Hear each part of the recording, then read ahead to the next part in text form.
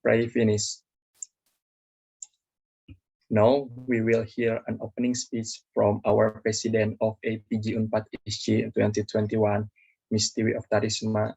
To Ms. Dewi Oktarisma, the time is yours. Okay, thank you Raja for the opportunity. So, Assalamualaikum warahmatullahi wabarakatuh. Good evening and greetings everyone. Welcome to AAPG Unpad Student Chapter.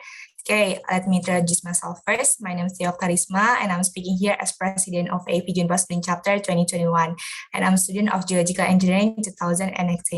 Welcome to all members of AAPG Unpad Student Chapter and the representative from English Speaking Union with the course of AAPG Unpad Student Chapter with the topic is School of Public Speaking. Behalf of AAPG Unpad Student Chapter, I would like to say thank you to participants for joining us today, and also to our speaker, to Chris, Fariha, Teja, and Dyara as our speaker today from English Speaking Union. Good evening to our speaker. That we know public speaking is play a huge role in a world of professionalism. Skill that could be learned in higher education will be very influential in the workplace. Three kinds of speech that is made for each purpose, such as to give an information, to amuse people, and to persuade people. Knowing when and how to give a speech effectively and proper is the key how to understand the importance of the speech itself. From this activity that we know, we can upgrade our ability towards public speaking because having a proper public speaking skill is the important thing and needed to be prepared for the future. So all the participants gather as much interesting information as you can, and you can go to the interesting and interactive discussion during breakout session. Together, let us our knowledge and our communication skill. I think that is enough from me. Wassalamualaikum warahmatullahi wabarakatuh. And TV back to you, Raja. Thank you. Okay, thank you to Ms. Dewi for welcoming speech. Now, before we are going to the agenda, we will hear a safety moment by HSA official. So to all participants, please listen carefully. To Mr. Muhammad Farhan, the time is yours. Okay, thank you for Mr. Raja for the opportunity. Assalamualaikum warahmatullahi wabarakatuh. Good morning, everyone. Good evening, I mean. We are from Health, Safety, and Environment of Faculty of Geological Engineering, University of Pajajaran. Before we start, let me introduce myself. My name is Muhammad Farhan from HSA as the speaker, and I'm here with my friend Dyara Diva from HSA as the operator. And now we are going to do a safety moment. Okay, thank you, Dimas, for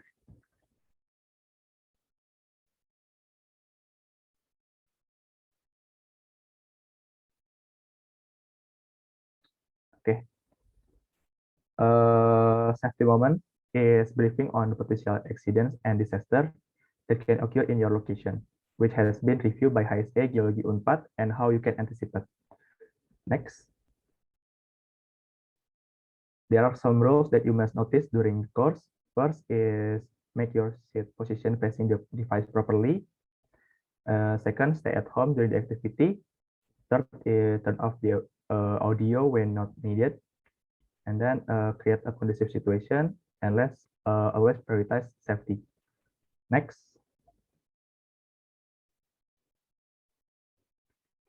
There are some sitting procedure while using gadgets like PC or laptop. First is keep your shoulders straight, and then position to sit onto the back of the chair, and then adjust the back according to ideal angle of the chair, which means ideal angle is 100 to 110 degrees, and then position your knees parallel to or higher than your hips. Next. Okay, there are some protocols that you must obey during a pandemic situation. First is physical distancing to avoid exposure to viruses by keeping a distance of at least 1 meter. And then second, wear a face mask when interacting with other people outside. Third is proper hand hygiene, using hand sanitizer or soap according to the standard. And then avoid touching your face, especially the eyes, nose, mouth, into the entry of the virus. Next. And then cough and sneeze etiquette Cover the mouth with the upper arm or using a tissue. 6 is isolation when you feel sick, and last is maintain a healthy lifestyle, like eat nutrition food, get proper sleep hygiene, and do some exercise. Next.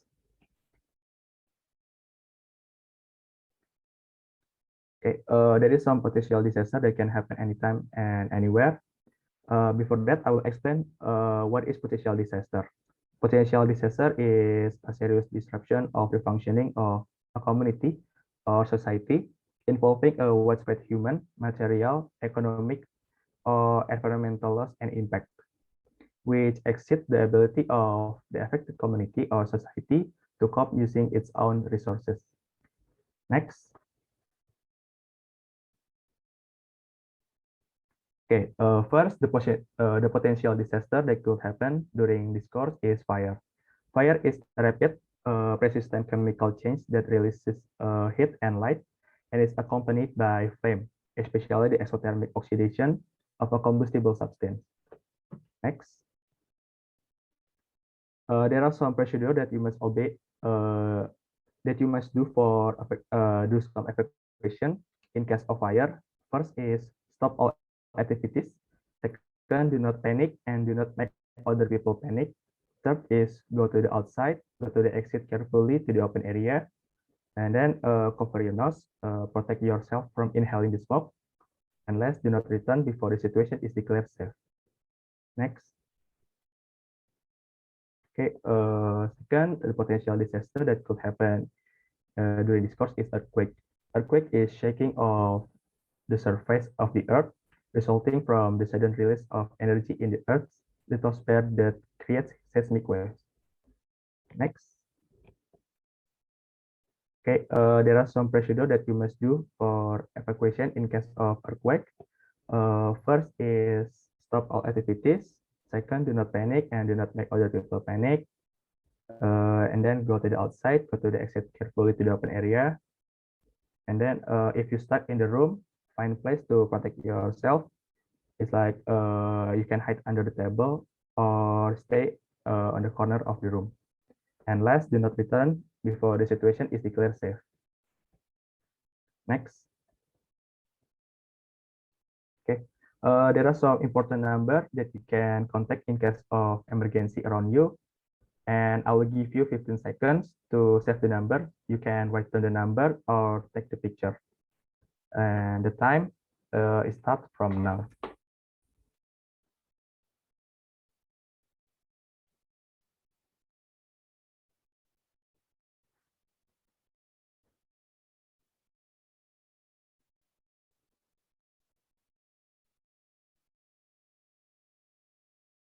Okay, the time is up. And now we are at the very end of the safety moment. From the deepest of my heart, I do apologize for my mistakes during the safety moment. And I would like to say thank you for your attention. And last but not least from us, safety is not everything, but without safety, everything is nothing. Thank you. Wabillahi taufiq wal hidayah. Wassalamualaikum warahmatullahi wabarakatuh. Okay, thank you to Mr. Muhammad Farhan for the safety moment. Now, before we begin the main agenda, we will do a mini survey using Mentimeter platform. To all the participants, please join with the link sent in the chat room.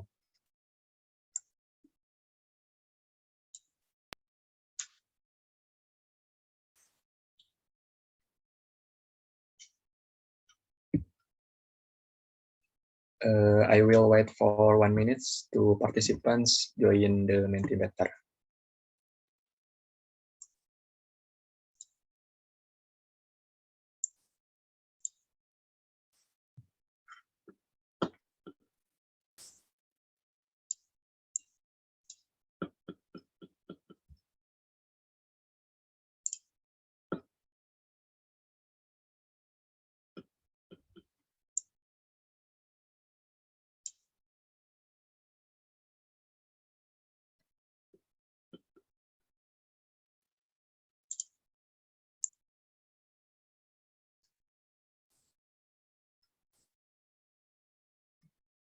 Okay, someone say knowledge, skill, public speaking.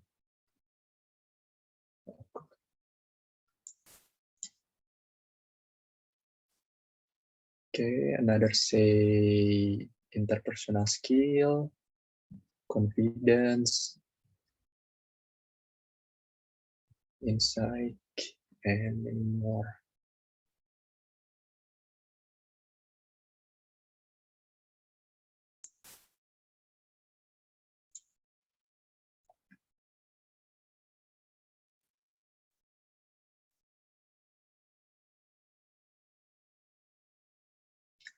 Okay, here we can see that there are a lot of people saying knowledge.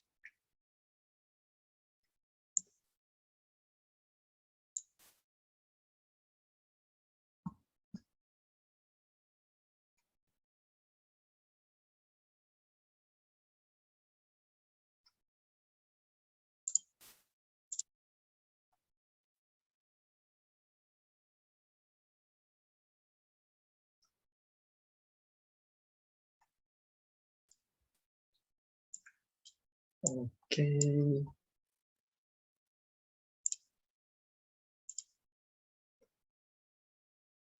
Okay, maybe the quick survey is done.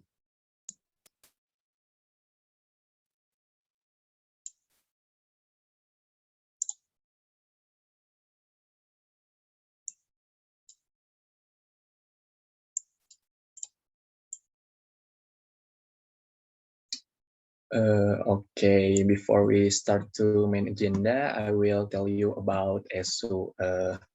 ESU or English Speaking Union is a student organization that is focused on developing interpersonal skill, including public speaking, critical thinking, logical analysis, and problem solving, based on two major English-based activity, debate and MUN.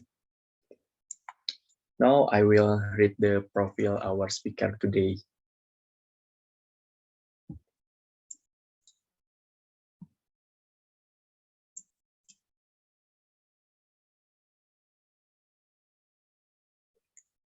Okay, there is our speaker, Christ Panogari, February 2020 until April 2020 as mobile agent in Encompass Indonesia.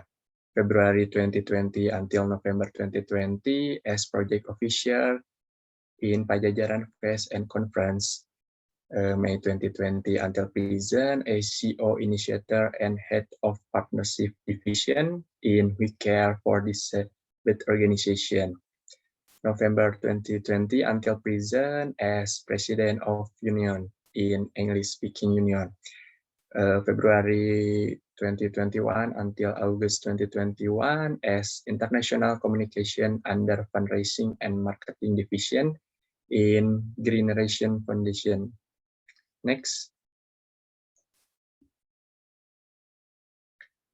There is Fariha Ramadhani, November 2021 as Model United Nations Double Delegates in FPCI Unpad MUN, August until September 2018 as liaison officer in Asian Games 2020 until present as head of entrepreneurial department in Himpunan Mahasiswa Sastra Prancis 2020 until present as Secretary General 2 in English Speaking Union Unpad. May until July 2021 as Student Ambassador in Lingotalk, and the last one 2021 until present as Program Development Support in Lingotalk. Next, there is Teja Kurniawan, December 2019 until November 2020 as Debating Improvement Department Officer in English Speaking Union Unpad, March 2020 until January 2020 as Staff of Academic Development Department in FPCI Chapter Unpad, March 2020 until March 2021 as Deputy Secretary General in ESU Model United Nation, August 2020 until December 2021 as Project Officer Pajajaran Open, December 2020 until present as Vice Secretary General 1 in English Speaking Union Unpad, and April 2021 until present as Vice Substance Department in Pajajaran Press and Conference. And the last one, our speaker is Dyara Diva, December 2020 until present as Vice of Media and Publication in English Speaking Union Unpad, February 2021 until May 2021 as Marketing Content Writer Intern in Pajajaran in Pateron, Indonesia, February 2021 until June 2021 as Project Officer in Virtual Company Visit 2021 1.0 with Google Indonesia, February 2021 until present as External Relations Staff in Management Communication Student Association.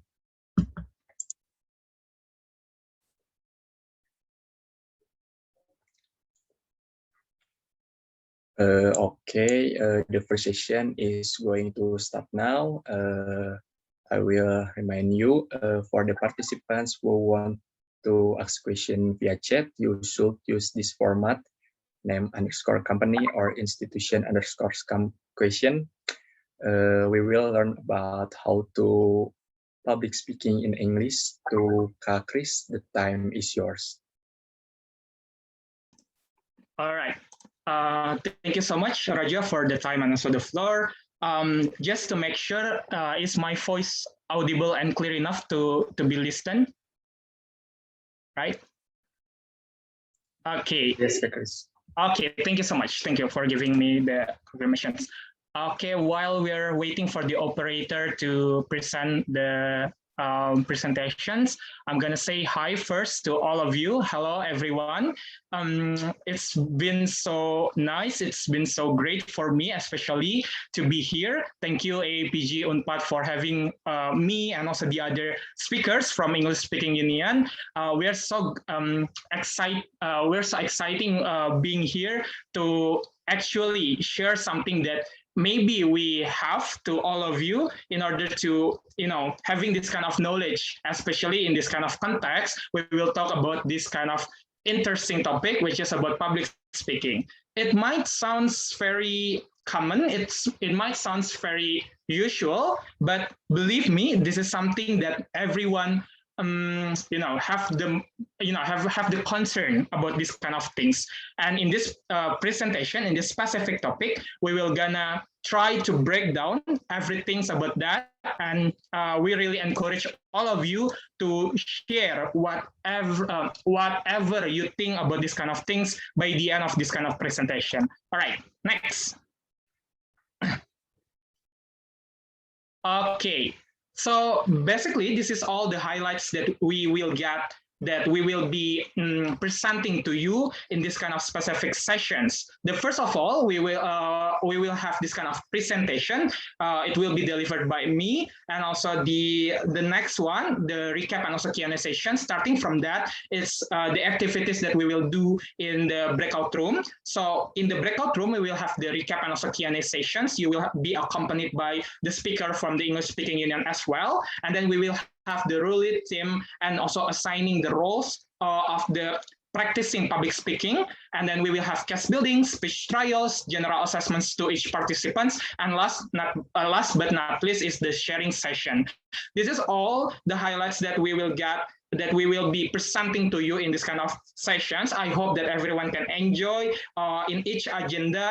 I hope that everyone can be having this kind of exciting moment, and I'm gonna promise to you that we will not gonna waste your time, that you will not get disappointed because you attend this kind of sessions. It will be exciting, it will be very knowledgeable, and I'm gonna guarantee that for you by the end of this kind of presentations. Next. All right, but before we continue, before we proceed into the main materials, let's introduce and let's getting to know about each other. So in the next slide, you will see my info. All right. So again, hello everyone. My name is Christ Panogari, and you can call me Chris. Everyone calls me Chris. Currently, I'm acting as the president of English Speaking Union 2020 and until 2021.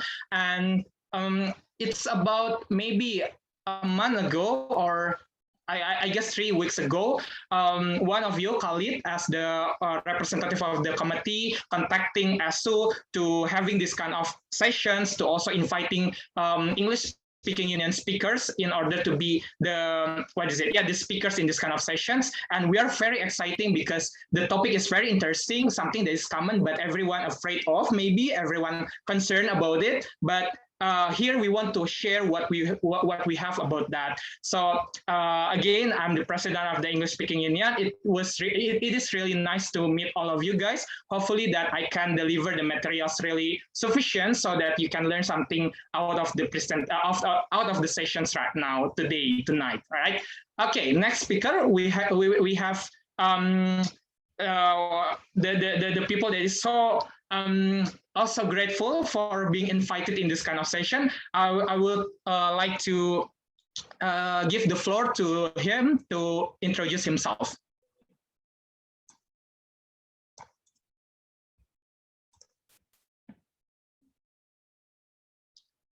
Okay, Teja, maybe you can introduce yourself. Sorry, I was muted. I'm so sorry. Okay. Hi everyone. I just recently got connected. I'm so sorry, but let me introduce myself. My name is Teja Kurniawan. I'm currently part of ASU, as the Secretary General 1, under direct supervision of Kak Chris as the President of ASU. And in ASU, I'm an active debater, and also beside part of the cabinet team, I'm also an active debater, and oftentimes join a lot of debate competition, also speech competition. And I hope that in this meeting we can share knowledge, experience, and I can truly hope that my experiences and my knowledge of public speaking can be shared and to all of you, and could be really beneficial in helping you guys improving your public speaking skills. And you can ask us as many questions as possible. If you have any curiosity, just ask us directly later on in the breakout room or later on in the Q&A session. And I guess that's all from me, Kak Chris. All right. Thank you, Teja, for the brief introductions about yourself. Next, we have the other two speakers. All right. I will give the floor to the cutest girl in this, cutest speakers in this session. So, Fariha, you may go first. All right. Good night, everyone. Good evening, everyone. How is the? Okay, this is quite shocking ya, because at the first place we did not kita tuh nggak harus introduce ourselves gitu, but turns out okay, I will introduce about myself. Hello everyone, my name is Fariha Ramadhani. I am currently serving as the second Secretary General in ASU. Kalau tadi Teja bilang more into debate, I'm more specialized in ME1. By the way, di sini aku bakal gado-gado ya ngomongnya gitu. Jadi kita lebih terbuka lah, lebih dekat satu sama lain gitu ya. Dan I'm afraid some of you will not very understand in English. So yeah, that's we are here for gitu kan, untuk saling belajar gitu. Tadi kalau Teja di bidang debat, aku lebih ke ME1. ME1 itu tuh seperti simulasi sidang PBB gitu ya. Jadi for more information nanti we can talk about it in the breakout room. But so far ya. Aku di sini juga sebagai Secretary General 2, currently hold 4 department under me gitu. And yeah, I think that's all from me for you guys to know. Aku bakal lanjut ke Dyara. Dyara. Thank you for. Okay. Next, Dyara. Okay. Hi guys. Good evening. My name is Dyara Diva and currently serving as head of media and publication in English Speaking Union Universitas Pajajaran, and I am like under the direct supervision from Teja. Well, maybe it is like similar. I'm really similar to Teja because I usually join debating competition and of course like specialized in debating, and I also hope that I can help you guys to, speak in English better or like public speaking in English better. So nice to see you guys. Yay. Thank you.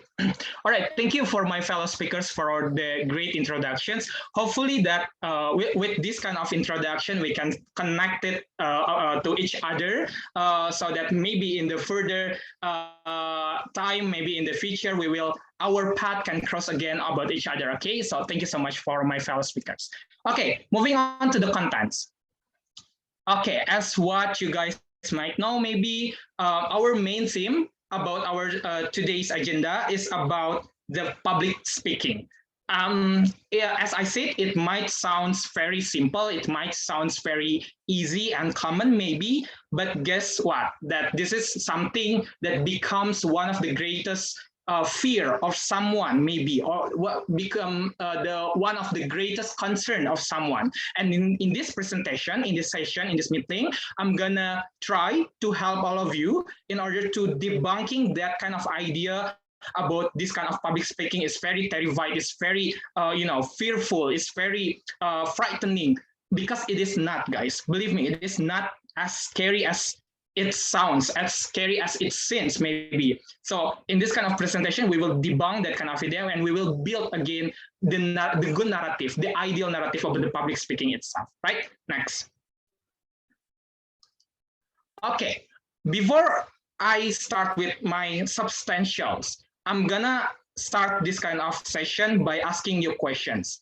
How many of you that feel anxious, that feel insecure whenever you are asked on whenever you are, you have to speak in front of other people, when you are being asked to maybe deliver a presentation in front of the class by your lecturers, for example? How many of you? Give me the reactions, thumbs up reaction on your screen, so that I can know maybe how many of you that are struggling in this kind of things. All right. Or next slide. Right. This is also the most common symptoms of someone that is doing public speaking, which is the nervousness, which is someone that feels so nervous, feels so stutter whenever they need to deliver the materials in front of other people. I know, and I understand, because I've been there and I'm still there actually. So nervousness and insecurities and anxiety is something that is very common in public speaking. And I will say to you, and I will told you that this kind of things is normal. This kind of things is okay to happen to begin with in the very first place. Because of what? Because I have watched this kind of interview with Najwa Shihab. Who doesn't know about Najwa Shihab, right? She's a famous speaker. She is like famous interviewers. She's having this kind of many hours of airing time in the screens, right? But in one interview, she admitted that she also feeling this kind of nervousness and also anxiety whenever she's on the screen, in front of the screen. She still feel nervous. She still feel anxiety because it's very common. It's very normal to have this kind of things, right? So I want to emphasize this kind of idea to all of you. It's okay, it's normal to have this kind of nervousness, to have this kind of fear of talking in front of other people. And later on, I will try to help you to explain how to manage this kind of things, how to manage the nervousness, and how can we turn it and how can we reverse it into something that is beneficial for us, right? Okay, next slide. Okay, so in my presentation, basically this is all the outlines. The first of all, I love to start my presentation by answering the basic fundamental questions, which is the WH questions about what is about the public speaking itself. WH questions about public speaking. Second of all, I'm going to break down to all of you what is the section of public speaking? What kind of structure that we use in public speaking? What kind of constructions that we have to build in terms of the public speaking itself? Number 3, I'm going to share with you what kind of preparations that we may have in order to deliver a good public speakings in certain events or in certain occasions, for example. And last but not least, I'm going to share with you the tips and also the tricks about based on my experience and based on my I can say expertise, because I have been in this kind of field for many years. So I will share this kind of experience to all of you, right? Okay, next.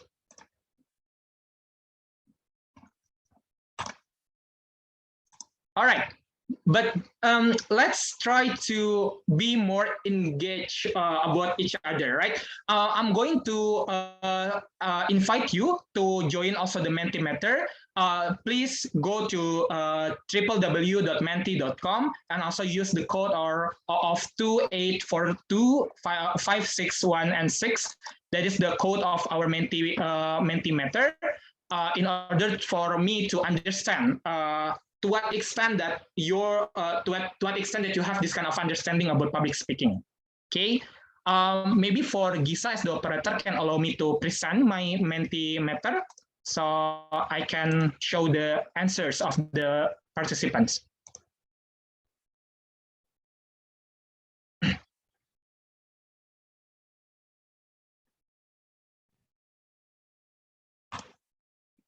All right.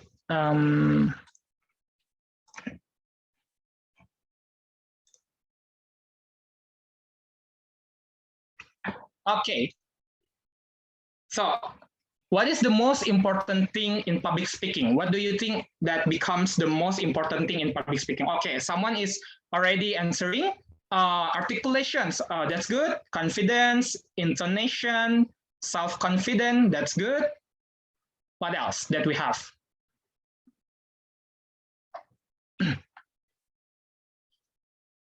Preparation, okay. Brave, all right.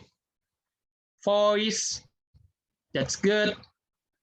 Pronunciation, yes, you have to be clear in terms of pronouncing your words. Gesture, yeah, that's good. What is that? Self-confidence, yeah, self-confidence, of course. All right, I'm still waiting, maybe like 10 seconds. Structure, yes.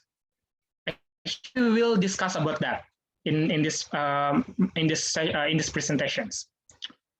Right, good articulations, influent. All right, body language. Okay, that's good one. All right, I think I have enough answers about what is the most important thing in public speaking. Next questions. Okay, which one of this aspect is more important in public speaking? Which one that you think becomes the most, more important compared to others in public speaking? Is it like the manner that includes articulation, intonation, volume, and also rhythm? Or it's about the matter, the substance, the contents, the materials, or it's about the method, the gesture, the mimic, the body language? Which one that you think that is more important compared to other?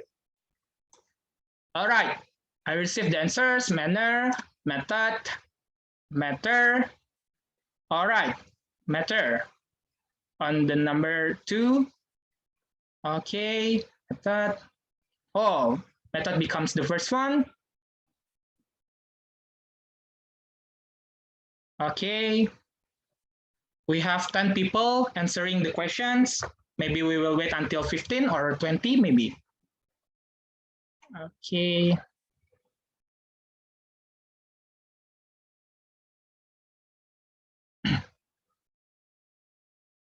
Okay, it's quite competitive for the answer.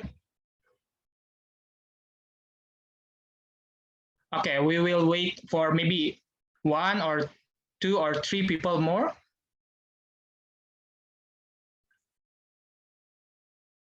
All All right, I guess that's enough. Okay, based on this kind of simple diagrams, simple statistic, it shows that for some of you think that manner is is more important, relatively more important compared to the other one. And also the second one is about the matter, which includes the substance, the contents, the material. And number 3 is about the method, the gesture, the mimic, the body language. Okay, so save your curiosity about which one is more important compared to the other, because you will get the answer by the end of this kind of presentation. Thank you so much, guys, for answering the questions. Okay, now back to Gisa, maybe to help me to present again the presentations. Thank you.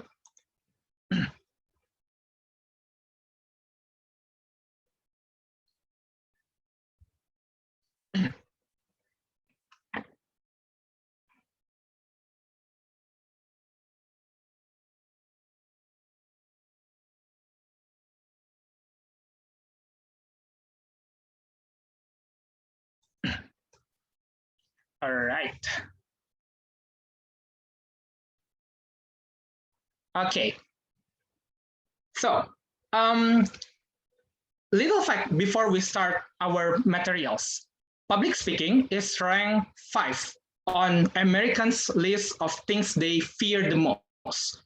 You might be curious the first 4 aspects that the Americans list of things that they fear the most, right?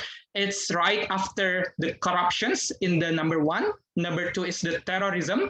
Number 3 is the severe illness, and the 4th one is the mass shooting.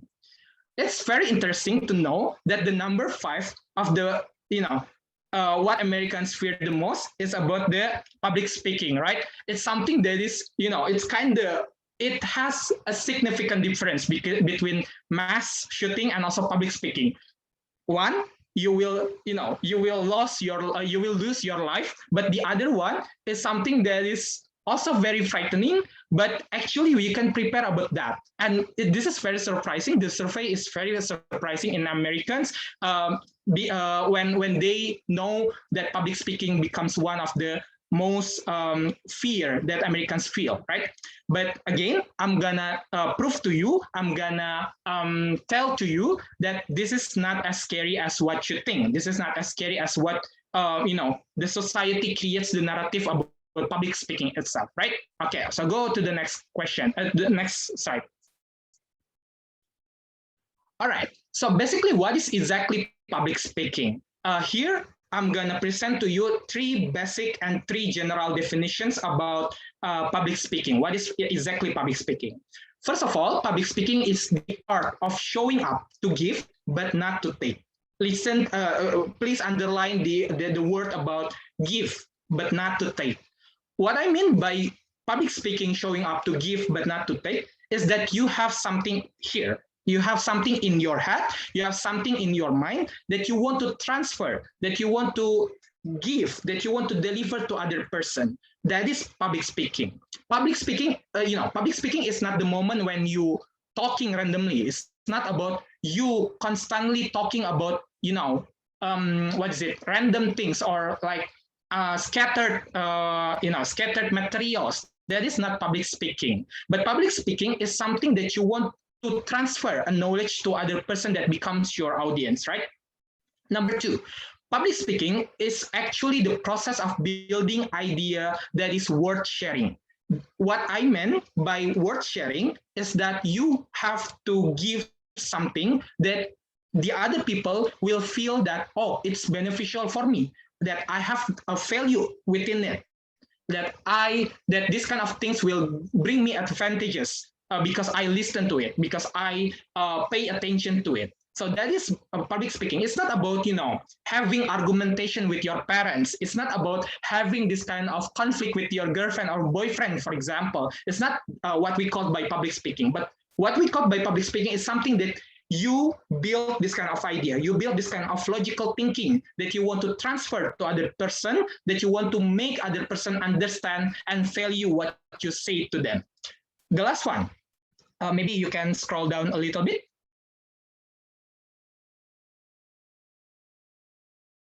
scroll down a little bit. Okay, yeah. The third one, the third definition is public speaking is something that you do that people will care of. Listen, when you do public speaking, of course, you want your audience to pay attention towards your materials, towards what you deliver to them, right?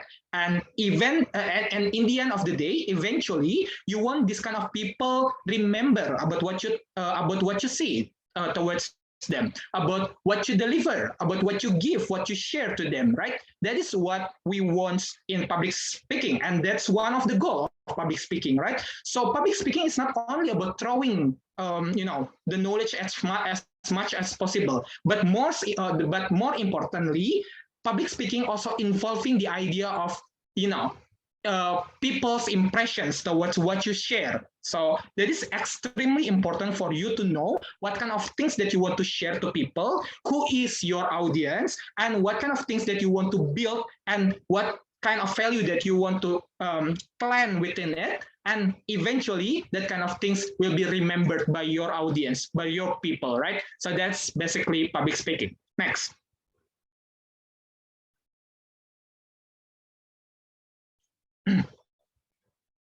Next. All right. Next question. Who can do public speaking? One of the most famous public speaker that I have known so far, he is Cornell. He is the lecturer in Nevada University in America. He said that public speakers is someone that is not born with. You were not born as the public speaker, but you are shaped as public speaker.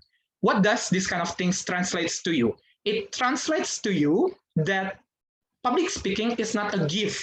Public speaking is not, a talent or a privilege that only few people can possess it, that only few people can have it to begin with, right? It's not something that is not, transferable or teachable from someone to other person, right? But instead of that, public speaking is something that is learnable, if that's something, if that kind of things exist. It's learnable, it's teachable, it's transferable from someone to other people, right? And the great things about public speaking is that there is no finish line about public speaking, about learning public speaking. You can be as best as possible, you can be as good as possible in public speaking without, knowing this kind of certain standard, which one is considered as good public speaking or not, because there is no exactly finish line about public speaking. So everyone can be a public speaker because you were not born as the public speaker, but you are shaped as the public speaker. Next.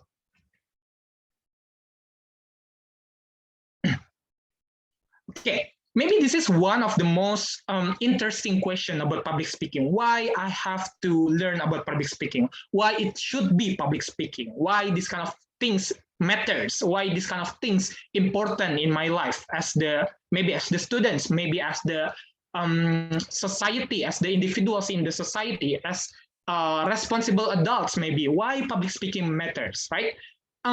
Among research, among materials that I have read, among the research that I find out, actually this is, I summarize this kind of four major points. The first one is about the personal development.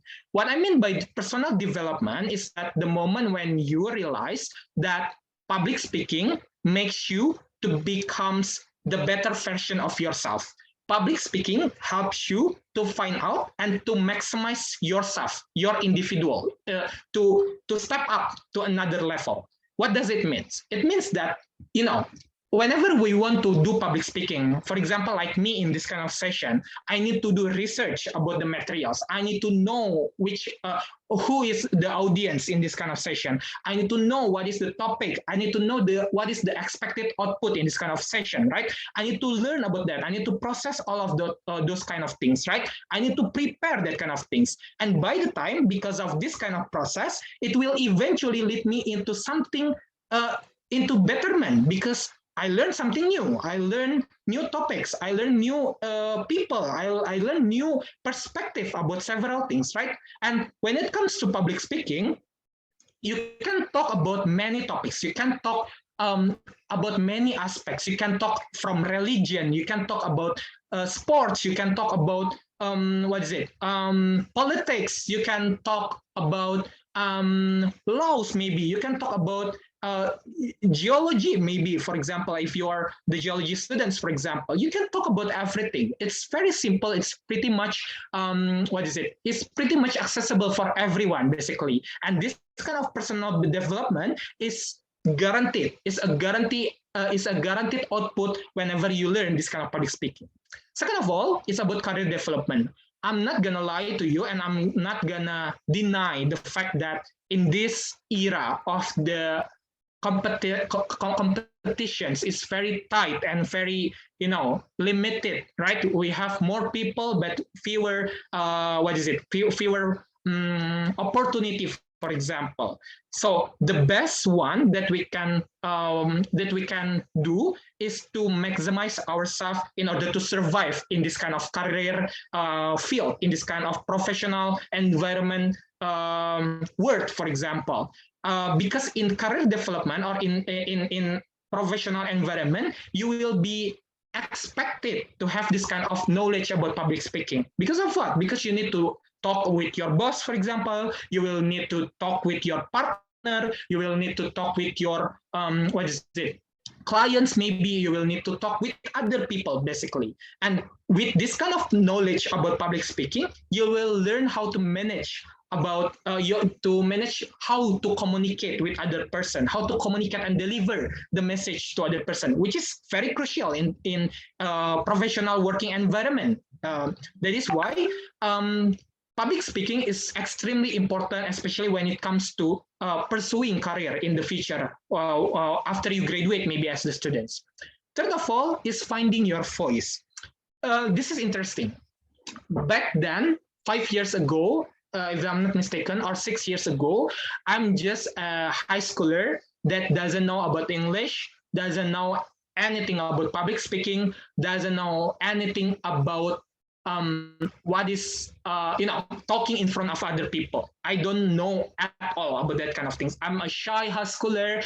I only have fewer friends. For example, I don't really hang out with other people because I'm afraid that maybe I will offend them by my words. Maybe I will be seen as awkward guy, for example. That was what happened to me back then, before I know this kind of public speaking. But after I learned about public speaking, after I learned that the importance of public speaking, it helps me to find my inner voice, to speak out about who I really am, to tell the world that, a guy named Christ Panogari exists, and this kind of things that he likes, and this kind of things that he do, for example, and this kind of things that people should treat to treat with him, for example. And by these kind of things, it helps me to connect with more people. It helps me to learn about the perspective, the different perspective that people have. For example, it learns me to to elevate my be it like social skills or professional skills, both of social and professional skills. So I find out that public speaking helps me to reach the point where I stand right now, right? I can be the president because of I have this kind of public speaking. I can have the opportunity to connect with famous people. I can connect with important people. That's because I speak out. That's because I have this kind of public speaking skills, right? And last but not least, it's not about you yourself. It's about you and also the other people. It's about benefiting other people. When it comes to public speaking, as I said before, about the definition of public speaking, it's about giving. It's not about taking. It's about giving but not receiving, right? That's the main point of public speaking.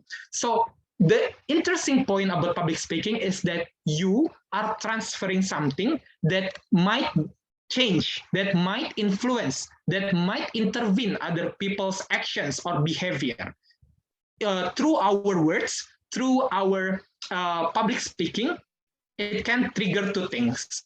First one, it can trigger the negativity. It can trigger war, maybe, because that's what happens in World War I. The propaganda and also the hatred and things like that. Or you can change someone's life. Have you ever heard that someone's being inspired because of your story? Someone being inspired because of your perseverances, for example, in terms of your life journey that you share with that you share with other people, or someone's being motivated because what you did, what you say to them, right? It's something that you can give by doing this kind of public speaking to other people. So, but remember, through your public speaking, you can trigger two things. The first one, it's the negativity. You can even trigger, the war. You can break someone's connections. You can break someone's heart, maybe, because of the words that comes out from your mouth, for example. But on the other hand, public speaking can also benefiting other people. And of course, this is the expected one from the public speaking, which is inspiring more people, motivating more people, being the role model of the other people. And guess what? Maybe you save someone's life. Maybe you help someone from their struggles. And that's why public speaking matters. Next.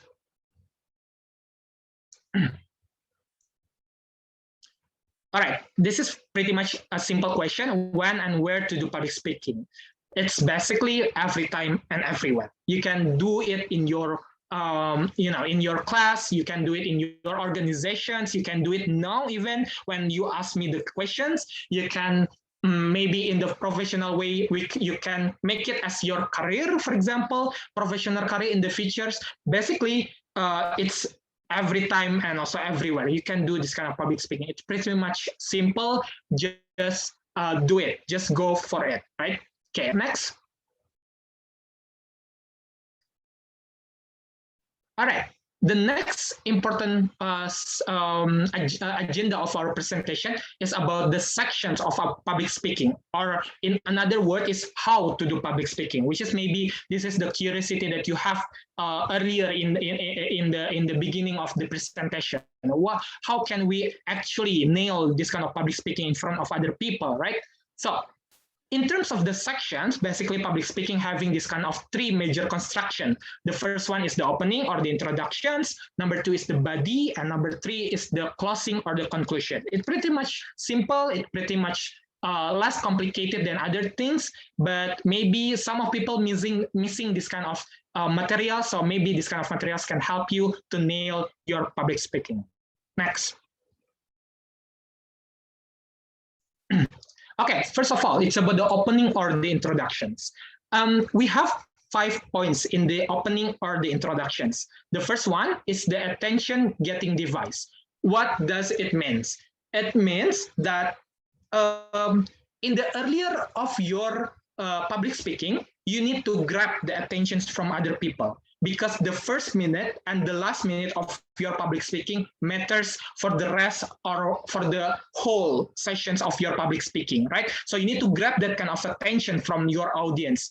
That is why I asked you by rhetorical questions earlier in the beginning of my presentation, how many of you that are afraid with this kind of public speaking things? How many of you that feels nervousness, that have this kind of nervousness whenever you asked to deliver presentation in front of other people? That kind of things can grab the attention from the people by, asking rhetorical questions or giving statistic like what I did, which is like the fact that Americans are afraid of public speaking as the fifth, the most fear aspects that they have right now after the corruptions, the terrorism, and etc., right? So that is the attention-getting device. Second of all, it's about the credibility statement. Of course, as I said, public speaking is something that is the process of you giving something to other people. When it comes to giving something to other people, it means that you have to have this kind of credibility, because no one listens to, crazy people, or no one listens to just a random guys that they find out in the street, for example, or they just barely known, for example, for a short while, for a short time, for example. This is the moment when you show your credibility. This is the moment when you show who you are and why why with your background you have the capacity to talk and to deliver this kind of public speaking, right? Which is what Raja delivered earlier in the presentation, and also I mentioned it again when I introduced myself and also the other fellow speakers, right? Third of all, it's about thesis statement. Thesis statement is the moment when you introduce the main topic, the main theme about your public speaking, which is what I also did earlier in the presentation, in the beginning of the presentation. I said to you that today we will learn about public speaking. I said to you that we will learn how to nail this kind of public speaking things, how to overcome the fear of public speaking, right? So that is the thesis statement. Fourth of all, it's about the preview statement. It's like a movie that has trailer. If a movie have trailers before the release, for example, here in public speaking, we have preview statement or outlines. We mention what kind of things that we want to deliver. We mention what kind of things that maybe the audience will get from our presentations. So that is the preview statement. We introduce shortly, briefly to them what kind of things that maybe they will get from our sessions, right? Which is the outlines that I give to you earlier in the beginning of the presentation. Lastly, it's about the transitions between the opening and also the body or the main content, right? So maybe you can say that, okay, so let's move on to the substantial point, or let's move on to the materials. Let's move on to the contents. Yeah, things like that. That's the transitions. So this is the opening or the introductions. Next. All right, in body. Actually, there are lots of things to deliver public speaking. Actually, there are a lot of methods that you can use to deliver message to other people through public speaking. But I'm gonna sum up with these two big formula, which is HAIL and also RL. What does HAIL means? HAIL stands for H for honesty, which means that you have to be straightforward. You have to be original. You have to be clear. You cannot copy other people, for example, other people way to do their public speaking, right? You cannot copy other people materials. You cannot copy, for example, imitating other people, for example. You have to be honest to your audience whenever you want to deliver this kind of public speaking, right? So it's also integrated with the second one, which is the authenticity. What does authenticity means? Authenticity means you have to be the you have to be the best version of yourself. You cannot be like Jack Ma. You cannot be like who's the founder of Microsoft, Bill Gates. You cannot you cannot be like Bill Gates, for example. You cannot be like Mark Zuckerberg, for example, because there's only one Mark Zuckerberg. There's only one Bill Gates. Okay, so create the best version of yourself in your public speaking, right? Don't try to imitate other people, because it's like public speaking is like the garden of flowers, right? You have different colors, you have different types, you have different shapes, for example. But when it comes together, it has its own uniqueness. It has its own speciality, for example. And that's also the same with public speaking. Be authentic, having this kind of authenticity in your public speaking. Third of all is integrity. What does integrity mean? Integrity means that you have to be responsible with the materials that you deliver to other people, with the materials that you share to people, because it will influence other people. It will influence the way they behave, the way they thinking, for example. So you have to be aware and responsible with what you share to other people. And lastly, it's about loyalty. What does loyalty plays in public speaking? So loyalty means that you have to be care with your audience. You have to try your best in order your audience can get the impacts from your public speaking. There is something changed before the audience get into the public speaking and after the audience leave the public speaking, for example, because again, public speaking is about influencing other people. Public speaking is about interfering about other people, engaging with people, right? That's what we call loyalty. And in terms of the structure, we have RL. What does RL means? RL stands for A, assertion. It means that the big claims that you want to deliver in the public speaking. For example, you want to talk about social media impacts toward teenager, for example. The assertion will be, for example, social media plays significant impacts towards the teenager performance in schools, for example. That's the assertions, right? That is the main idea. That is the, kalau di bahasa Indonesia itu gagasan utama. That's the assertion, right? Gagasan utama, kayak kalimat utamanya lah. That's assertion. And R stands for reasonings. It means that you have to deliver the reasons why you believe in certain assertion. Kalau tadi kan kita percayanya tentang social media bakal mempengaruhi performa teenager di education, di sekolah, misalkan kayak itu. And you need to explain why social media play significant roles in teenagers performance, for example. You need to explain that in reasons, one by one, layer per layer, logic per logic. That is what we call reasonings. E stands for evidence. Evidence means that bukti or proof or real case of your claims. For example, in the topic of social media towards teenager, you want to say that statistics shown to us that misalkan kayak performa students itu jadi lebih berkurang karena mereka banyak menghabiskan waktu di social media, for example. That's evidence. Gitu loh. You show proofs, you show facts. That is evidence. And lastly, it's about link back. Link back means that you want to conclude what kind of things that you explained earlier in A, R, and E, in assertion, reasoning, and evidence. We want to, for example, kita bisa jelasin kayak gini. Link back-nya ketika social media itu tidak ada kontrol terhadap teenager, maka teenager akan mengalami misalkan kemunduran atau kemunduran motivasi dalam hal belajar, sehingga ketika mereka memiliki kemunduran motivasi dalam belajar, it will affect their performance in the education and the schools. So that's link back. That's the conclusion. That's the summary of your public speaking. That's the summary of your message, for example. Yeah, so that's the structure of public speaking.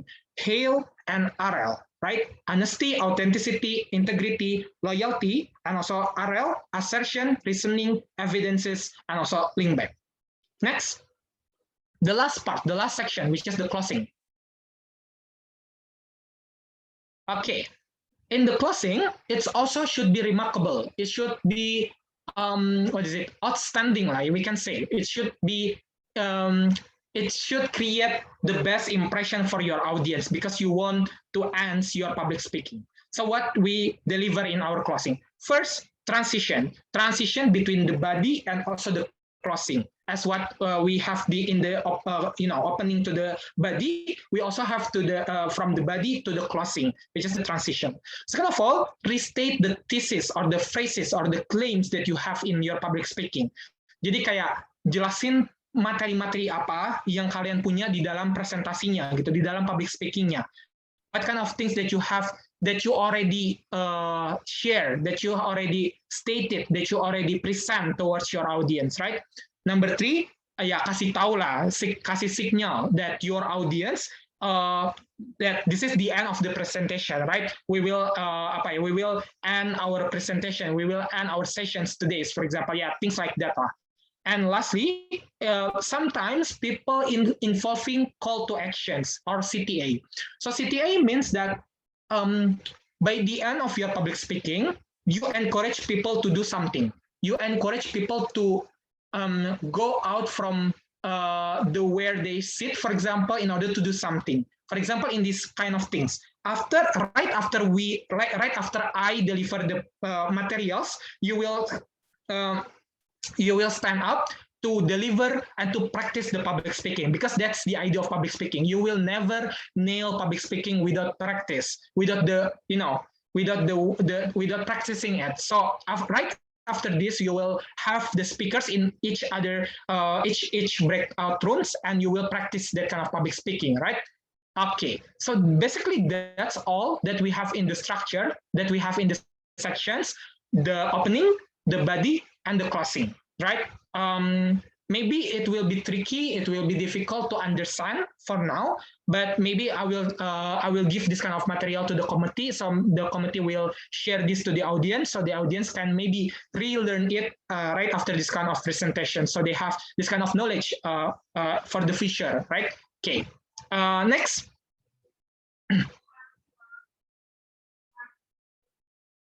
Okay, I noticed that some people are afraid to do public speaking even before they do the public speaking itself, right? They already lose even before they deliver the public speaking because of many factors.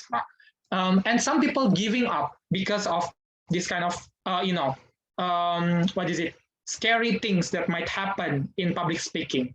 And in order for me to help you to overcome that kind of things, here are the lists that you can do before the public speaking, before you do public speaking, right?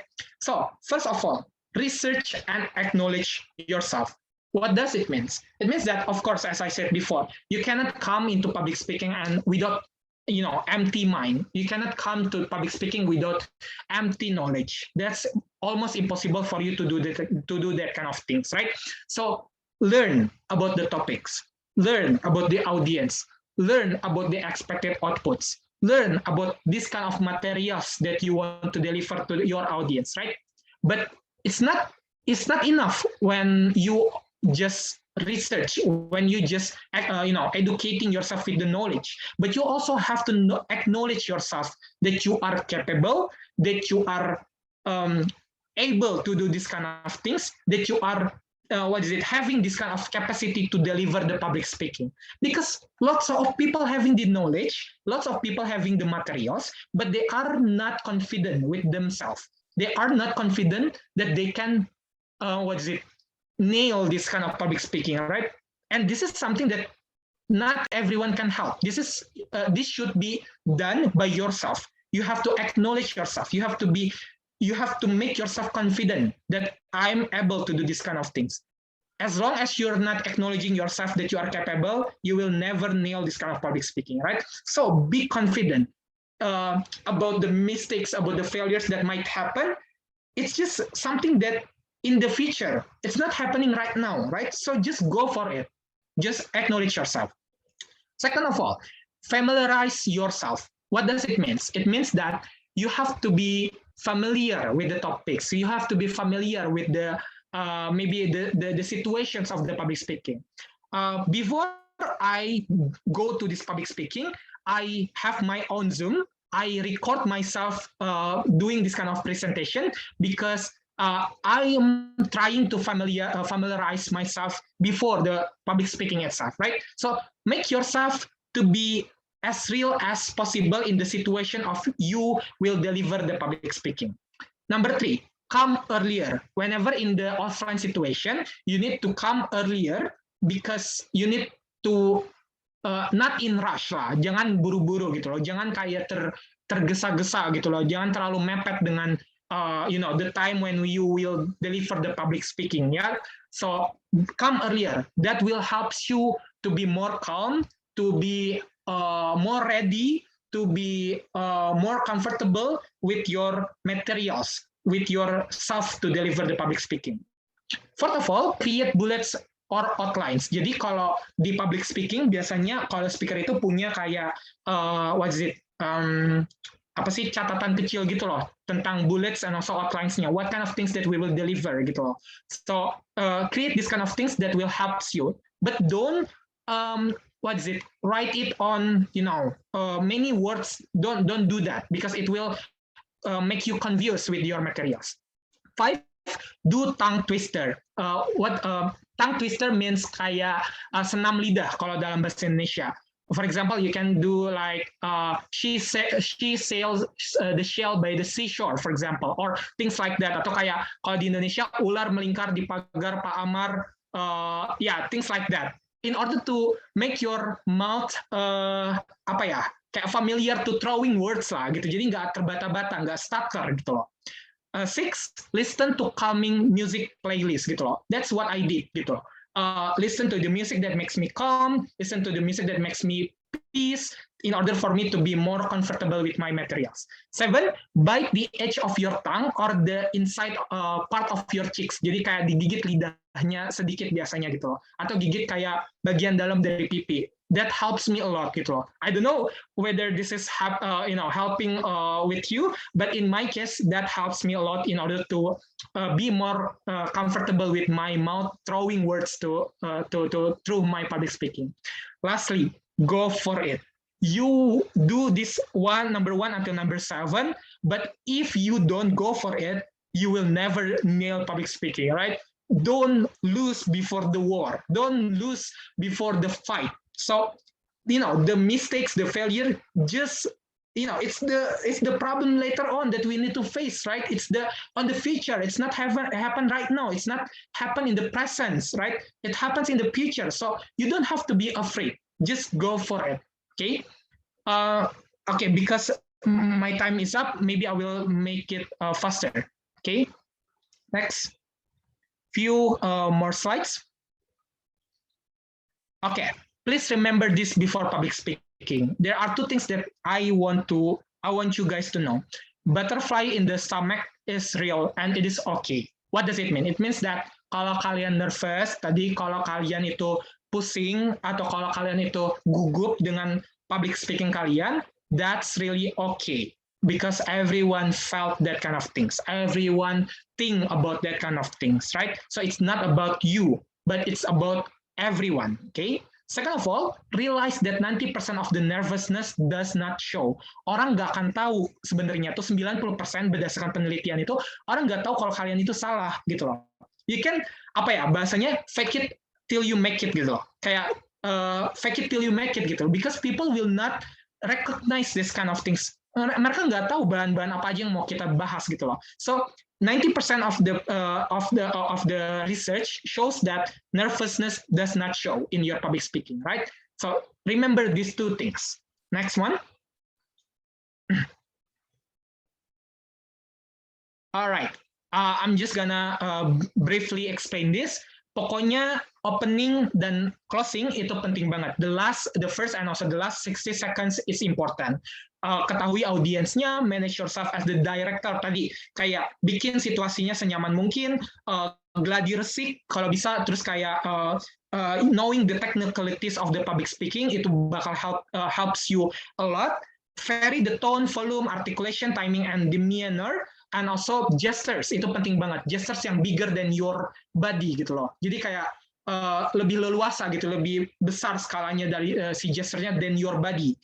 Stress the message, kasih penekanan terhadap beberapa explanations. Signposting, nomor 1, nomor 2, nomor 3, poin A, poin B, poin C, kasih kayak poin per poin gitu loh. And lastly, make yourself as comfortable as possible. Okay, the last slide, if I'm not mistaken. Because we have limited time, mentimeternya nanti akan di skip aja, nggak apa-apa. That's just like a simple mentimeter. All right, so this is the conclusion. This is the end of my presentation. Thank you for bear with me for 40 minutes maybe. And this is what I really want to emphasize to you. This is what the message that I want to deliver to you in my public speaking. You are not afraid of your public speaking, but you are afraid of something that you cannot even name it, which is the failure, which is something that happens in the future, not in your present. So my tips is that focus on the present time. Focus on the present time. Do not think about the past, do not think about the future, because it's just your feeling, it's just your imagination, it's just something that it's on your mind, in your mind, right? It's not happening right now. So failure, itu bisa kita prevent by having this kind of motivation that I'm not gonna be failed. I'm not gonna make mistakes. I will nail this kind of public speaking. I will be confident. People will like me. People will have this kind of enthusiasm to me, and eventually my public speaking will influence other people, right? So do not afraid about public speaking, because you are actually not afraid about the public speaking, but you are afraid about the failures. And the good news is that the next slide.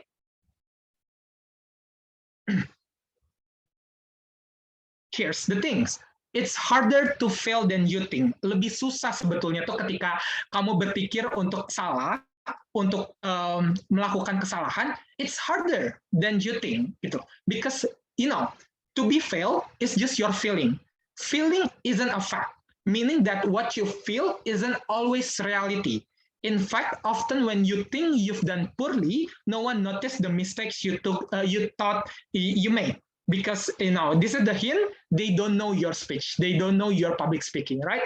So to be fail is harder than what you think. Okay, so this is my this is the end sessions of my presentations. Thank you so much for having me. Thank you so much. If you have questions, just drop it in the comment, just drop it in the chat box, or you can ask it directly to me. Thank you. Okay, that's the end of the first session. Thank you so much to Kak Chris for the amazing knowledge about public speaking. Now let's continue. The next session is question and answer. For the participants who want to ask, you can click raise hand first and I will call your name. And then I will give you permission to unmute your audio and also turn on your camera so you can directly ask your question. And also for the participants who want to ask question via chat, you should use this format: names underscore company or institution underscore question.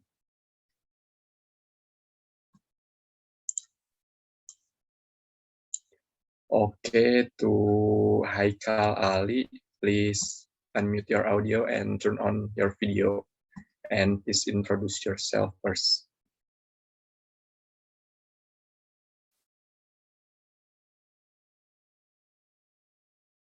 Okay, thanks, Your Highness, King Hertansha. Okay, greetings, ladies and gents. My name is Haikal. I'm from AAPG Unpad from Geology Unpad. Maybe that's all from this introduction. Maybe I just want to ask a few questions. First of all, I think one of the main point, or maybe one of the most powerful things in public speaking, is to get the attention from the most powerful thing is, I think, is the body language or gesture.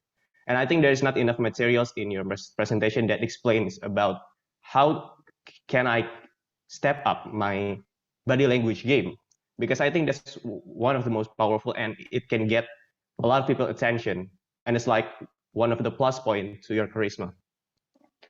That's my first question. And the second question is, I really used to speak public speaking in a more casual environment, like this one, for example, or maybe other events in this organization, because we know each other.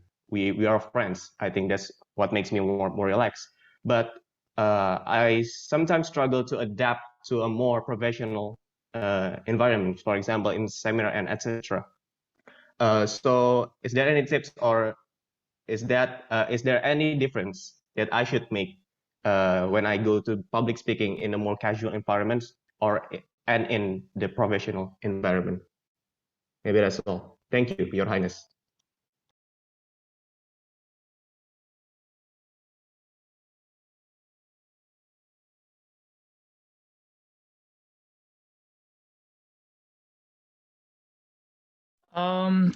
For the MC, we will receive all the questions first, or we just answer it one by one?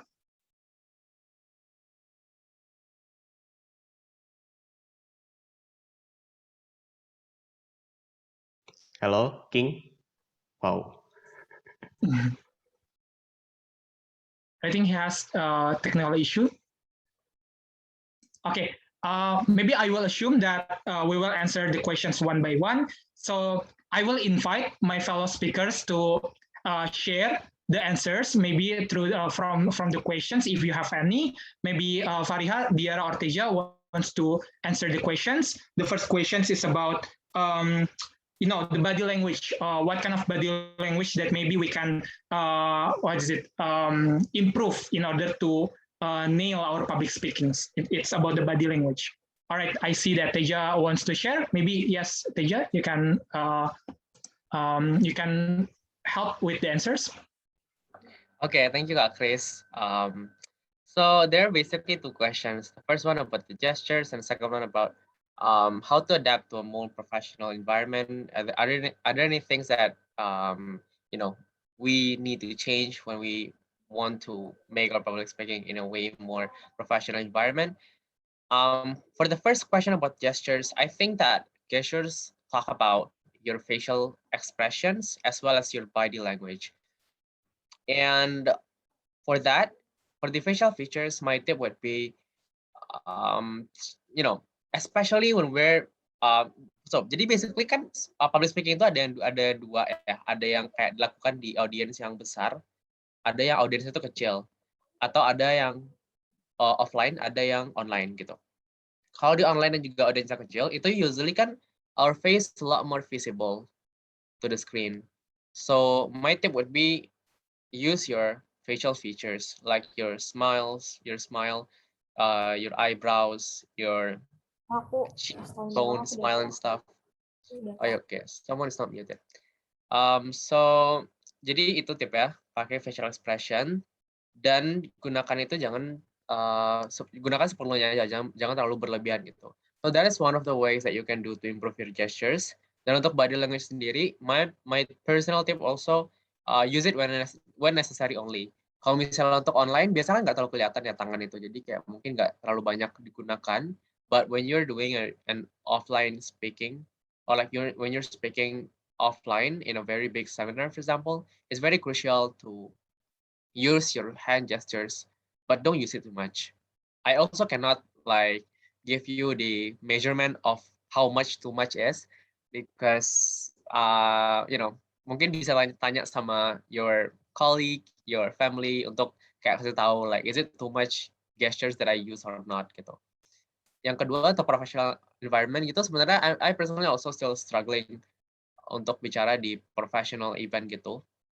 Tapi I personally would suggest you to make a script first, because there are a lot of vocabularies that would be so different when you're speaking casually versus when you're speaking professionally gitu. So that would be my first step. Itu juga ngebantu ketika to avoid suara atau berbicara kamu yang a bit stutter gitu. Yeah, I'm currently stuttering, tapi I can avoid that by making a script first. Mungkin Dyara ada tambahan tuh. Okay, I think I will add like something that can add up the answer that previously already been answered by Teja. I think about body language, I know that it is inevitable. Like everybody has their own trait when they are nervous, right? But I think you can practice it. For example, like when Teja explaining about your facial expression, you can like practice it in front of a mirror, or like basically you can just selfie, like with your front camera and like trying to smile, like basically just trying to practice it and basically just fake it till you make it. Basically, that's one of the motto that you have to put in your mind. Basically that. And about casual, I think I agree with Teja when when he's talking about like just make the script first, because eventually it will help you to not stutter. Oh, what? No, Teja, stop. And basically, it is the same. It is the same, like the same motto: fake it till you make it. Just fake it. Just try to think that I'm really good at formal occasion. Just basically just fake it till you make it, and eventually you will get to that point where you will get used to that formal occasion or like casual occasion. Okay, Chris. Right, thank you so much.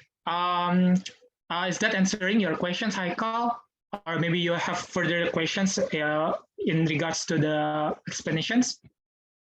I think that's good enough. Thank you.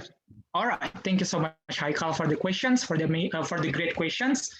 Okay, is there anyone that wants to also addressing the questions?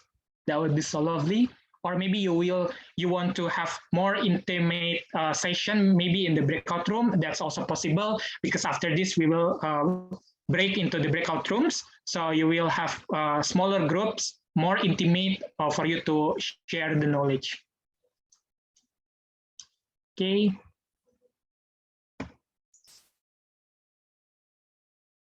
Okay, there is only one question.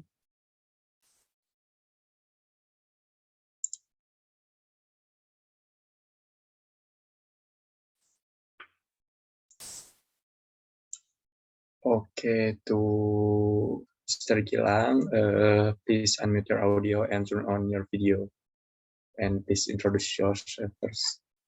Okay, thank you, Raja, for the time. And thank you too for Chris for deliver the insight material about public speaking.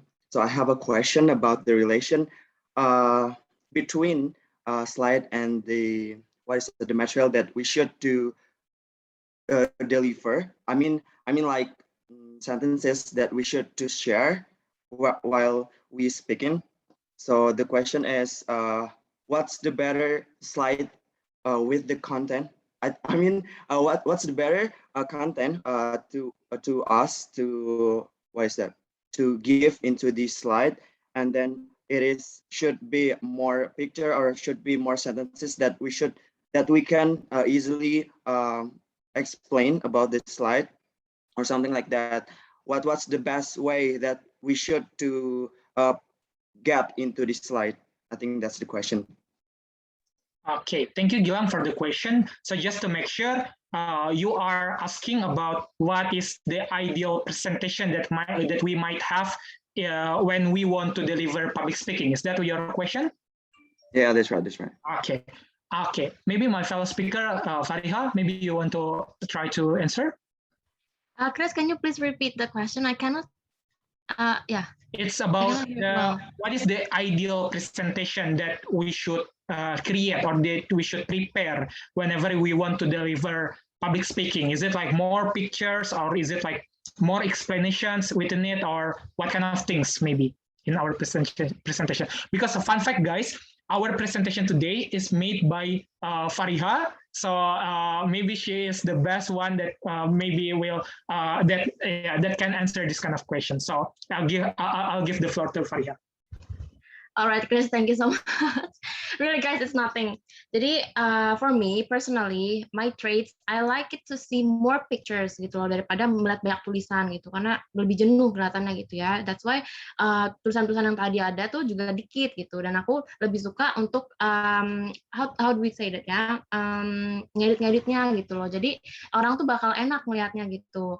And then, tapi itu balik lagi juga ke orang-orang gitu ya. Maybe ada orang-orang yang lebih suka untuk didetailin di bagian tulisannya gitu kan. Jadi orang-orang nih paham gitu kan. Karena pas kita ngomong gitu kan, maybe there's something different with what we write and what we say gitu loh. Jadi for me personally, it's about the pictures more. I really like to see more pictures rather than the what we call the words, the subjects gitu. Maybe the other one want to tell about their specification, Dyara or Teja? Oke, mungkin aku tambahin sedikit ya. To add the context yang tadi Fariha bilang, tadi aku nyebutin di presentasinya, one of the major element of public speaking is that you have to do research. What I mean by research itu salah satunya adalah ketahui siapa audiensnya gitu loh. Dan ketika kita tahu audiensnya siapa, it will affect the way we create the presentations gitu loh. Karena aku nih pernah nih ada dua occasions yang berbeda. Yang pertama adalah aku punya audiens yang mereka adalah mostly adalah anak-anak muda gitu loh. And on the other occasions aku punya audiens di mana lebih ke orang-orang tua gitu loh. Nah, biasanya ini berbeda treatmentnya. Kalau misalkan audiens kita itu lebih tua, biasanya mereka tuh agak susah untuk menangkap points kita itu verbally gitu loh. Jadi yang mereka butuhkan adalah like a short explanations atau kayak semacam brief explanations di dalam presentasinya gitu loh. So jangan cuma kayak kasih poinnya, tapi kayak kasih let's say 1 atau 2 kalimat penjelasan dari poin yang mau kamu tuliskan di presentasinya gitu loh. That's kalau audiensnya adalah orang-orang tua gitu kan istilahnya. On the other occasions, biasanya kalau anak-anak muda itu lebih suka yang visual, lebih suka yang apa ya namanya itu? Ya visual ya, yang eye catching gitu, which is leads into pictures gitu, atau kayak gambar atau graphics atau shapes for example kayak gitu. Dan biasanya di presentasi yang untuk anak-anak muda kayak gini atau the audience-nya itu millennials mungkin gitu ya, itu biasanya lebih ke yang poin-poin aja, because they are I can say mungkin they are tired kalau terlalu banyak penjelasan di dalam PowerPoint-nya. So my points adalah tahu dulu siapa audiensnya. That will affect the way you create your PowerPoints gitu. Itu dari aku tambahan. Oke, Teja or Dyara mungkin ada tambahan or udah cukup? Alright, cukup. Okay, for Gilang, is that answering your question? Thank you for the answer. Sure. I have a second question. Is it okay? Sure. So for the second question, it's about the nervousness that mentioned in the first slide, maybe. So I personally, I'm so nervous even right now because maybe I'm not really usual to speaking in English because we know that in daily activity we talk with bahasa, so I'm not really usual to speaking in English, but I want to try to push myself with the move into the uncomfortable zone to speaking in English because I want to have a better English skill. So the question is it normal if we have an overthinking or what kind of the gesture that we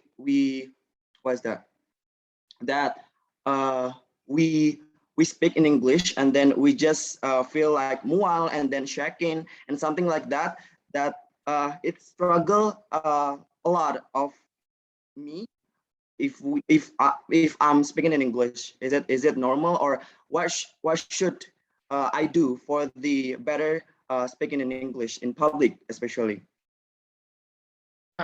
Okay, so the question is that normal for us to having this kind of feeling nauseous ya, kayak nausea, mual gitu loh ketika kita doing public speaking especially in English. And itu ya. Terus ada lagi tadi, sorry, questionsnya I don't really catch. Yeah, something like that. And then just overthinking about the struggle that we can get in the future and something like that. Okay, cool. So to my fellow speakers, ada yang mau mungkin sharing? Because I know that we've been there and also we're still there. And I guess that we have lots of experience to share about these kind of things. Ada yang mau mungkin? Or if it's not, mungkin aku aja. Gimana? Okay, maybe I will start with myself. Okay, I will start with myself. Believe me, as I said before, 5 years ago, I don't really know about English at all. I cannot speak English. I cannot even write in English. I cannot even count in English gitu. Aku nggak bisa berhitung bahkan gitu in English. 5 years ago, for high schooler, untuk anak SMA kelas 1 waktu itu, kelas 2 SMA, in this kind of modern era with the technology, with the accessibility that we have to Google Translate and to unlimited connections, that's shameful. That's that's a shame lah menurut aku kayak gitu, karena teenager in my age itu ada yang bisa gitu loh, ya mungkin nggak semua tapi beberapa bisa gitu. And why I'm wondering why I cannot do that gitu kan, istilahnya kayak gitu. Nah, so basically tadi tentang English, yang mau aku jelasin, yang mau aku emphasize itu adalah practice makes perfect gitu loh.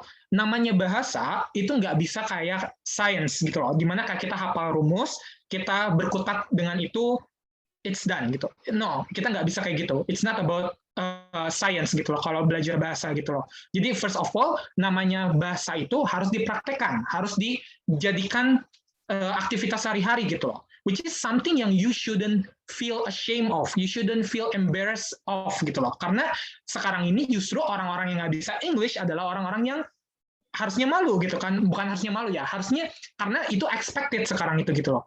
So my tips adalah jangan pernah malu untuk practice it gitu loh. Dan aku tuh udah kenal dan sering berkomunikasi dengan orang-orang luar, they don't even care about our grammars, they don't even care about kayak struktur yang kita punya gitu loh. They don't really care. Sebagaimana kita orang Indonesia aja, kita nggak pakai bahasa formal dalam keseharian kita gitu loh. And that's exactly the same gitu loh. Jadi poinnya aja yang perlu diketahuin ya for Gilang. Jadi as long as I get the point, that's it gitu loh. Nggak perlu kayak complete grammar yang sempurna dan sebagainya kayak gitu lah. That's for the English. Second of all, feeling overthinking, insecurity, nervousness, nausea itu completely normal gitu. Jadi gini, something that happens here can affect to the whole body gitu. Kayak contohnya, the fact that kalau kalian itu overthinking, asam lambung kalian itu naik, dan because of asam lambung kalian itu naik, kalian suka merasa mual gitu loh. Itulah kenapa kalian suka mual kalau misalkan kalian overthinking gitu loh. Jadi kuncinya apa? Jangan overthinking gitu loh. Terdengar sangat simple, tapi that's exactly the key untuk kita bisa nail public speaking gitu loh. Just go for it aja gitu loh. Kayak tadi apa ya kata Dyara, fake it till you make it gitu loh. Even when you say that tadi kan kamu bilang okay, even at this point I feel nervous gitu, but I don't see that you're nervous gitu. I don't see that you're at this moment you have struggle gitu to deliver the point gitu, because I can catch your points gitu ya. So that's my tips gitu untuk overcome this kind of things about nausea dan lain sebagainya. Another tips, minum air putih. Biasanya sebelum public speaking itu aku minum air putih gitu loh, untuk kayak neutralisir, the something inside my belly lah, istilahnya kayak gitu. Jadi that's what the things that I do gitu loh. Okay, I see that Fariha and Dyara have the points. Fariha, maybe you can go first.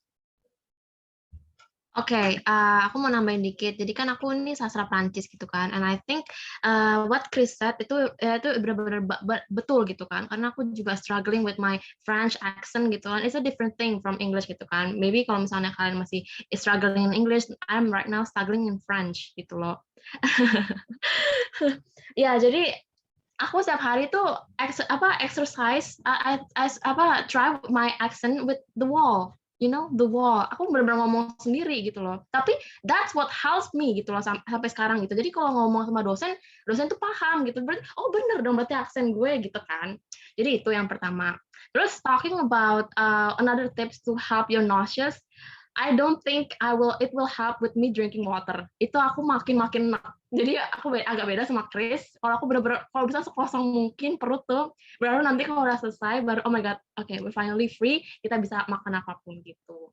Nah, tapi itu kan jadi kenali diri sendiri aja gitu. Kalau misalnya kita tuh tipenya kayak gimana gitu. Kalau misalnya nauseousnya benar-benar ekstrim sampai tahap di mana mungkin kita nggak bisa masuk makanan, ya jangan gitu. Jangan mentang-mentang dengar dari satu orang harus kayak gini kan belum tentu cocok sama kalian gitu kan. So yeah, I guess that's all. Kalau Dyara gimana? Okay. If the question whether this is normal or not, of course it is really normal. Even nowadays aja ya, aku kalau mau debate itu biasanya aku sebelumnya pasti sakit perut dulu, tanya Marvel, tanya siapa ya? Ya Marvel anak FTG pasti sebelumnya aku sakit perut dulu terus kayak gue ke toilet ya udah pasti kayak gitu. Jadi that's really normal. And kalau misalkan previously Kak Fariha previously Kak Fariha kan talking about ini ya, Kak Fariha way of coping-nya itu talk in front of the wall gitu.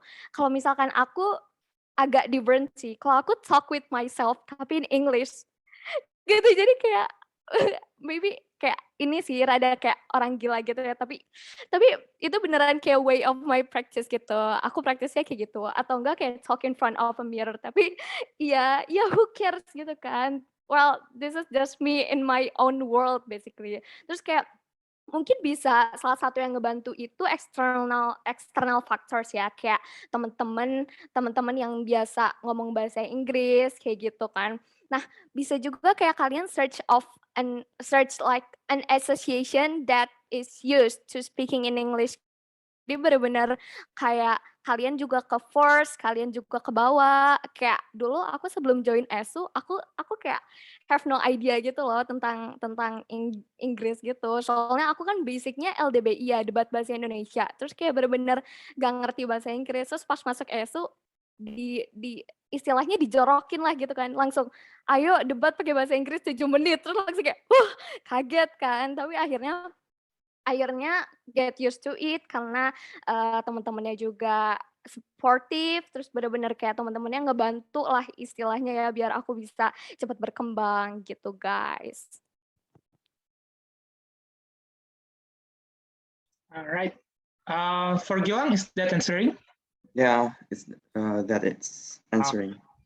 Okay, hopefully that we share the experience yang nanti bisa membantu ya gitu kan, because knowing that not only you that struggling in that kind of things gitu loh, even we are still having this kind of things juga nanti di beberapa occasions gitu, so that's completely normal. Okay, thank you for Gilang for the questions, for the great questions.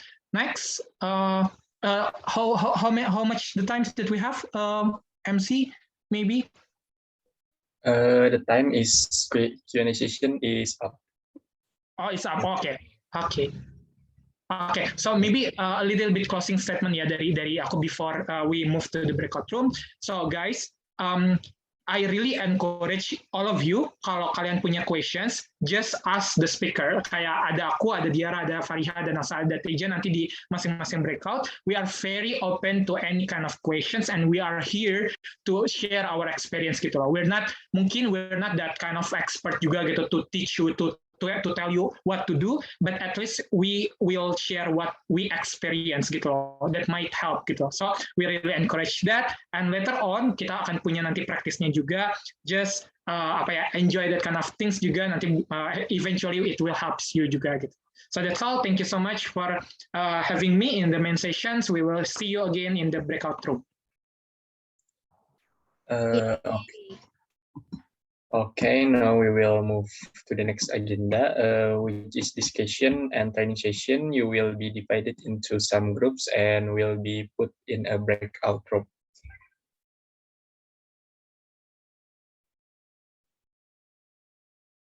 Ayo guys, yang se-breakout room sama aku aja yang bisa Prancis.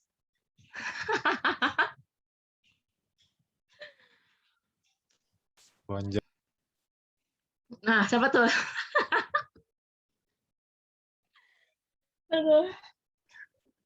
For the breakout room, ini lagi di-allocate or gimana ya? Kayaknya lagi di-allocate nggak sih? Oke. Cool.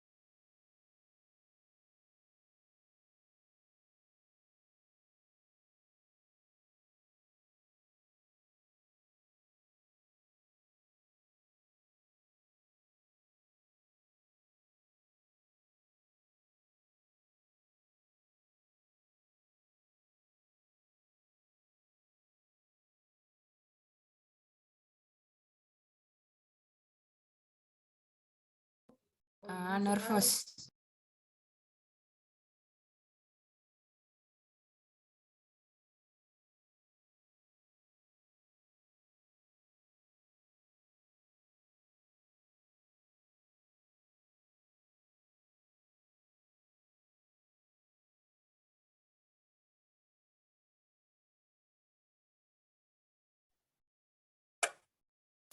Udah. Fiska kemana Fiska? Iqbal ada nggak Iqbal? Itu yang di room 3 dikit banget ya. Dikit banget duaan. Ya nanti Coba dipindah-pindahin aja, Soalnya ini nggak kelihatan gitu. Fiska room 3 Fiska. Jasmine di room 3 aja, Jasmine. Fiska sama Marvel nanti mau debat. Fiskanya pakai bahasa Sunda tapi. Iqbal ke room 3 aja deh, Iqbal. Bang Nadine. Gue sama Tiwi terakhir aja. Ya. Cabut ya, Kel. Waduh.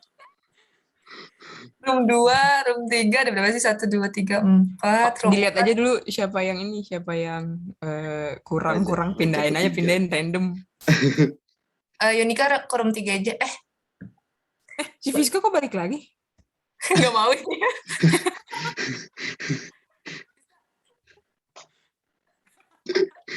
Keluar lagi. Mau live report anjir. Kok pakai baju, Fis? Biasa pakai color. Ya, manmit. Oh, lagi manmit. Nggak bisa ngomong emang, Fis. Double aja, double. Iya, ini double nih. Dari tadi juga Keren double. banget. Iya, tapi lu dimasukin ke room 4 ya? 3 iya. kan? Lu kok keluar lagi, Fis? Jangan keluar lagi. Like SS. Jalan-jalan aja. Kalau jalan-jalan. Mantap. Naik Vespa keliling kota. Si Raja kok di room 1? Kita ngomong bersamaan gini. Iya, makanya. Gue keluar.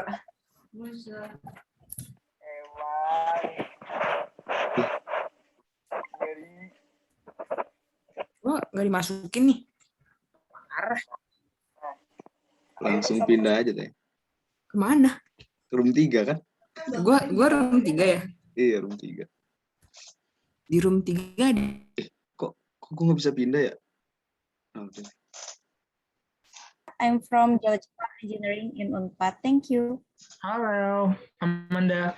Oke, Khalid stay here. Bakal di sini? Yes, I'm staying. Oke, just to make it official aja lah. Kalian juga perkenalan diri deh. Oke, apa aja dari perkenalannya? Nama aja, terus mungkin your batch atau mungkin domisilinya di mana sekarang mungkin gitu. Itu aja sih paling.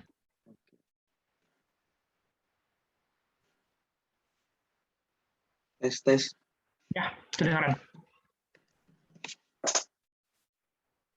Okay.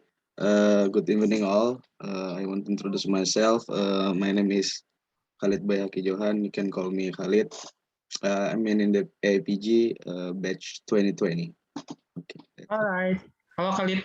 Thank you so much. Next, mungkin Tiwi juga akan stay di sini, Tiwi? Oke. Mungkin to make it official juga Tiwi boleh mungkin kenalan. Oh, tadi gadis keluar ya? Ya. Oke. Tidak nggak apa-apa. Kayaknya sinyal. Okay. Thank you for the opportunity again. Let me introduce myself first. Hello, Chris, and to all members of AAPG Student Chapter. My name is Teja Kurniawan, and I'm batch 2018, Faculty of Geological Engineering. Good evening. Halo Tiwi, nice to meet you. Alright, guys. Oke. Di session breakout ini pertama mungkin kita akan coba recap dulu aja, dan mungkin kalau tadi teman-teman nggak punya kesempatan untuk nanya di main session, mungkin kayak terlalu besar atau kayak limited time, boleh banget untuk ditanya sekarang gitu loh. Specifically tentang tadi apa yang sudah disampaikan di main room. Kalau if you guys have questions atau mau nanya experience juga boleh banget di sini, sebelum nanti kita mungkin punya sedikit agenda, sedikit praktis untuk si public speaking-nya gitu. Gimana? Ada yang punya? Ya? I want to ask a question. Sure. Boleh. Gimana? When I'm speaking to others, how do I counter my stuttering and when I'm experiencing a mind blank, when I can literally cannot think? When I'm in the middle of my sentence, I just don't know what to think or what to say. Then I don't know how to counter that. Do you have any advice to counter that? Okay, cool. Before answering that, aku mau nanya juga balik justru. Biasanya kalau di situasi seperti apa, Hafiz itu punya yang kayak gitu loh, symptoms kayak gitu. Maksudnya kalau lagi apa, atau misalkan kayak karena apa gitu kalau bisa dibilang. Because misalkan kayak terlalu banyak orang yang menonton misalkan, atau kayak lack of gimana gitu. I think the general thing is my overthinking. Like I'm very conscious about myself. I'm very conscious about the way I speak, and then it just interrupts my thinking and it just stops my brain. I think. Ya, oke, cool. Nah, mungkin ini juga tadi yang udah aku mention ya di dalam presentasinya. Kebanyakan orang, actually itu juga yang terjadi sama aku gitu loh. Kebanyakan dari kita tuh menempatkan diri kita di situasi future gitu loh, di masa depan. Maksudnya gini, kita kadang terlalu fokus dengan hal yang kalau gini gimana, kalau gitu gimana, kalau misalkan seperti ini nanti aku harus apa. Dan kadang pemikiran-pemikiran seperti itu tuh suka ngeblok apa yang udah kita punya gitu loh. Dan kadang sebanyak apapun, sebagus apapun preparation kita, kadang itu suka jadi pemikiran seperti itu suka nge-overcome biasanya itu yang kita punya saat ini gitu loh. Gitu. Itu yang pertama. Yang kedua, biasanya tuh kalau starter atau kalau misalkan kayak belibet gitu ya ngomongnya gitu, itu biasanya karena kita tuh trying atau mencoba untuk menjelaskan banyak hal dalam waktu sekaligus gitu loh, dalam with a single time gitu, biasanya kayak gitu. Nah, jadi my tips itu biasanya adalah fokus ke hal-hal yang basic dulu, hal-hal yang sederhana dulu. Jangan kayak fokus ke explanations yang complicated, yang kayaknya tuh perlu dijelasin berlayer-layer gitu ya, berlapis-lapis kayak gitu. Coba cari dengan coba utarakan dengan kata-kata yang sederhana dulu gitu loh. Karena orang-orang tuh kadang nggak butuh yang kayak maksudnya orang-orang tuh nggak butuh yang teori yang bagus, kata-kata yang kompleks, itu bisa kita baca gitu loh di Google, itu kita bisa baca di buku misalkan kayak gitu. But it's kind of different ketika kita itu bicara tentang public speaking. Public speaking itu adalah tentang transferring knowledge gitu loh. Jadi poinnya adalah coba jangan pakai bahasa yang ribet gitu ya, bahasa yang kompleks atau penjelasan yang terlalu panjang. Just try to summarize it dalam beberapa kalimat yang simple gitu loh. Supaya jadi kita tuh fokus, kita punya fokus itu nggak kayak the bigger picture-nya tuh bukan tentang explanation yang padat gitu loh, tapi tentang poin-poin aja gitu, kayak tentang gagasan-gagasan doang gitu, gagasan-gagasan utama gitu loh, kayak gitu. Jadi jangan fokus ke full explanation gitu. Third of all, yang aku sering lakukan itu biasanya gini, aku proyeksiin ke diri aku sendiri. Biasanya aku tuh lebih stutter atau lebih sering gagigo-gego gitu ya istilahnya kalau misalkan aku tuh mencoba untuk nge-memorize skrip aku gitu loh. Kadang kan kita punya skrip, kita punya materi, kalau kita terlalu memorize, kita terlalu berusaha untuk mengingat kata per kata itu, biasanya itu justru malah nge-distract kita, itu malah justru bikin kita jadi yang tadi kata kamu blank di tengah-tengah gitu loh. Karena kita tuh mencoba untuk membuat otak kita tuh bisa menyampaikan kayak words by words-nya gitu loh. Kayak just because di script ini tuh words-nya kayak gini, maka kita harus ikutin follow the exact words gitu yang ada di script gitu. Biasanya kayak gitu kalau di aku terjadinya gitu loh. Ketika aku starter gitu loh. Nah, my tips dalam hal ini adalah coba untuk kayak instead of memorizing it all of it, biasanya tuh aku tuh kayak cuman gini, kalau aku tuh ada skrip, aku biasanya tuh mencoba mengucapkannya secara verbal tapi dibedain gitu loh.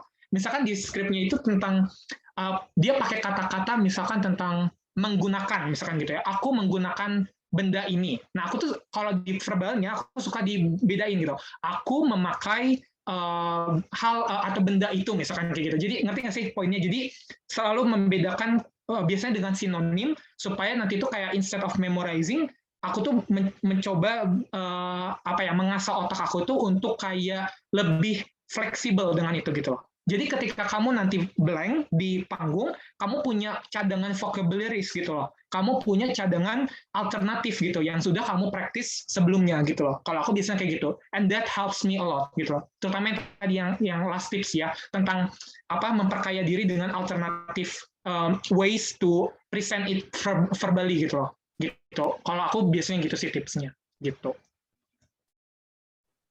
Thank you, Chris. That answered my question. Sure. Ada lagi mungkin yang ini? Can I ask something? Sure.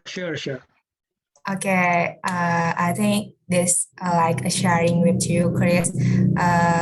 My question is like that we know English Speaking Union is the one of organization that development to improve the speaking in English, right? So, but we know if someone joins some organization or such as ESU, in case there is someone is really fluent in English, but someone is not really fluent in English. I think she or he will not taking, but he will not talking, but she want to confidence speaking in English, right? So my question is, in case that now you are as president and you are the pioneer, one of the fluent in English speaking, and my question is how you treat someone or treat them to invite the someone who not really fluent in English, but she want to confident to speaking English. Just treatment, how you to treat them and invite them talking with you. Because I think if someone is insecure or something like, I cannot speak English, so she is just keep silent or something like that. That's all. Okay. Very interesting question. My answer gini. Pertama, kita tentu harus kasih mereka platform gitu loh. Karena it's impossible kalau mereka cuman dengerin teori, cuman dengerin kita cuman lewat webinar mungkin, cuman lewat sharing sessions kayak gini, without really providing them the platform for them to show off gitu loh, kayak gitu. Karena again, ini bukan tentang rumus matematika yang kayak kita tuh bisa berkutat itu sendiri dan dengan di buku atau di yang kayak gitulah istilahnya gitu. Jadi kita nggak bisa berkutat itu sendiri. We need to show it off gitu loh, kayak gitu. Jadi first of all kasih mereka platform gitu loh. Nah, tapi permasalahannya ini agak tricky. Kalau mereka takut gimana? Ya percuma dong dikasih platform gitu kan, kalau mereka ragu dan insecure dan sebagainya gitu. Nah, coba kita tarik lebih ke belakang gitu loh. Biasanya orang takut karena ngomong bahasa Inggris itu karena apa sih gitu kan? Biasanya karena apa? I find out one of the biggest things tentang orang itu takut bahasa Inggris itu adalah karena mereka takut dijudge Inggrisnya jelek. Be it like grammatically atau secara pronouns atau secara pronouns atau verbal ya sama aja gitu. Mereka takut Inggris mereka tuh error gitu loh, kayak gitu.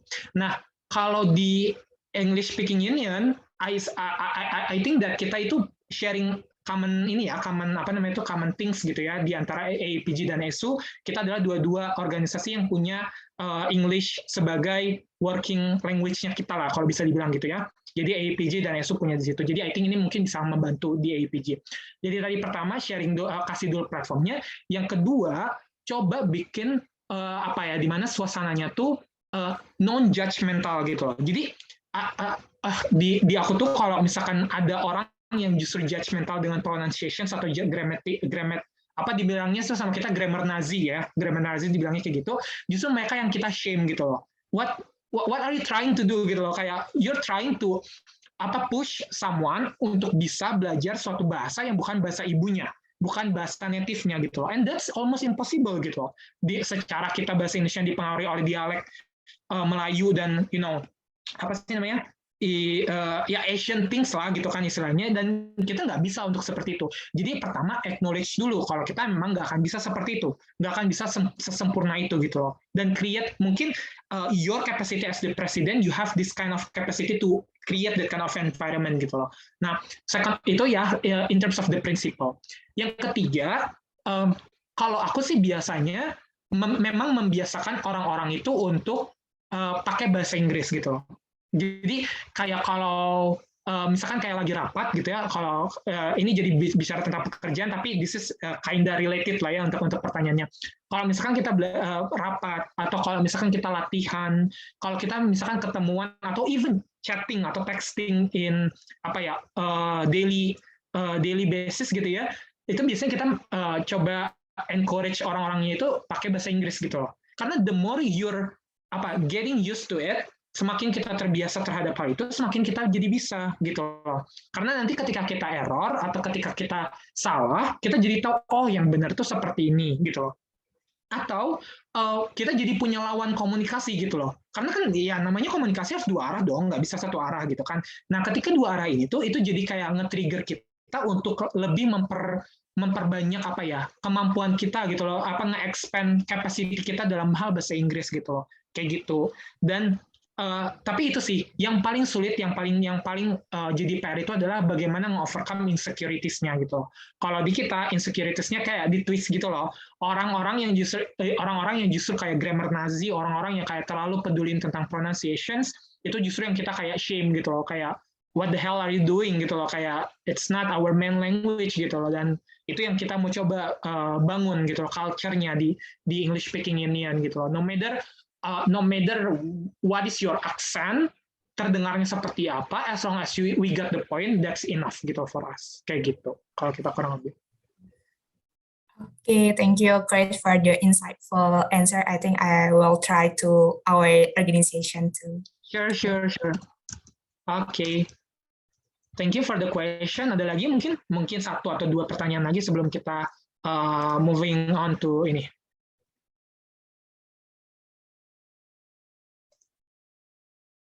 Can I say something? Sure. Maybe this related to this question. Cuman Tiwi kan tadi how to treat people ya, orang lain.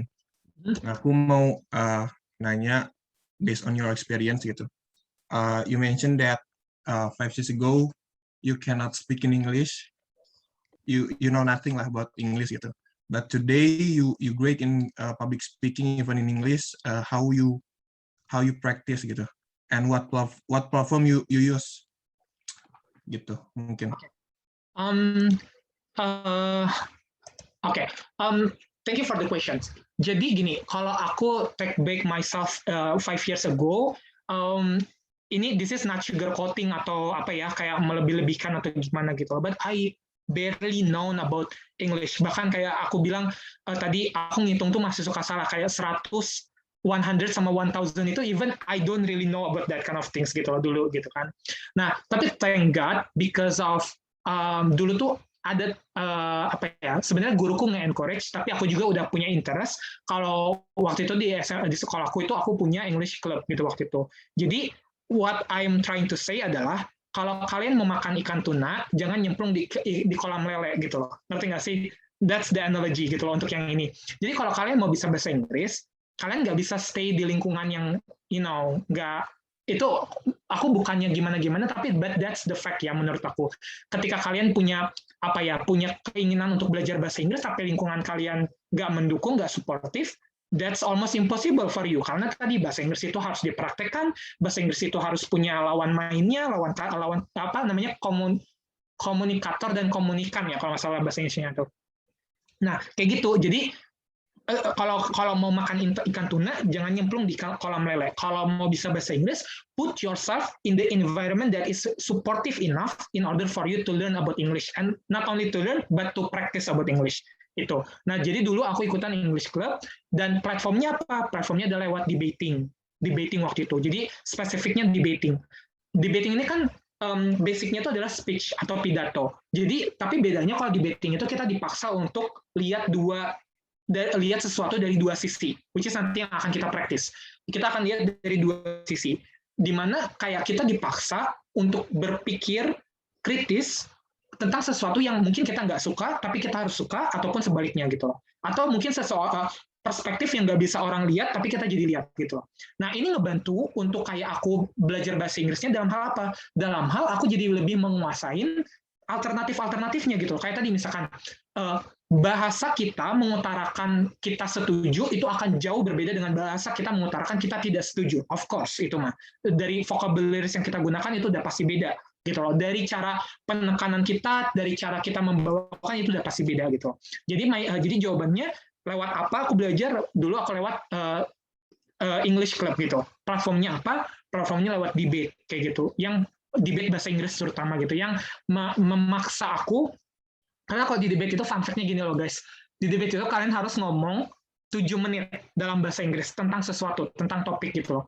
Buat aku itu struggle banget awalnya. Aku bahkan ngomong 30 detik aja itu udah syukur gitu loh, istilahnya tentang bahasa Inggris gitu loh. Tapi the more I getting used to it, ya the more I'm capable gitu loh dalam hal ini. Again tadi poinku, semakin terbiasa semakin jago kayak gitu. Jadi poinnya biasakan diri, put yourself in the environment that is supportive to you. That's good for you untuk jadi member AAPG, because I know that AAPG juga adalah environment yang supportive terhadap English. And that's kinda ini ya necessary ya sekarang untuk kemampuan kita bisa berbahasa Inggris dan sekaligus berorganisasi gitu. That's my point. Okay, thank you, Chris. Yes. Okay, maybe one last question ya sebelum kita ini. Takutnya nanti terlalu ini.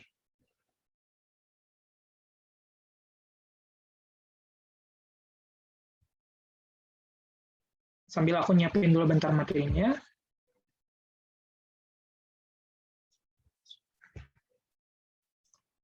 Ada yang mau nanya lagi? Mungkin Amanda or Khalid or ya Amanda or Khalid mungkin?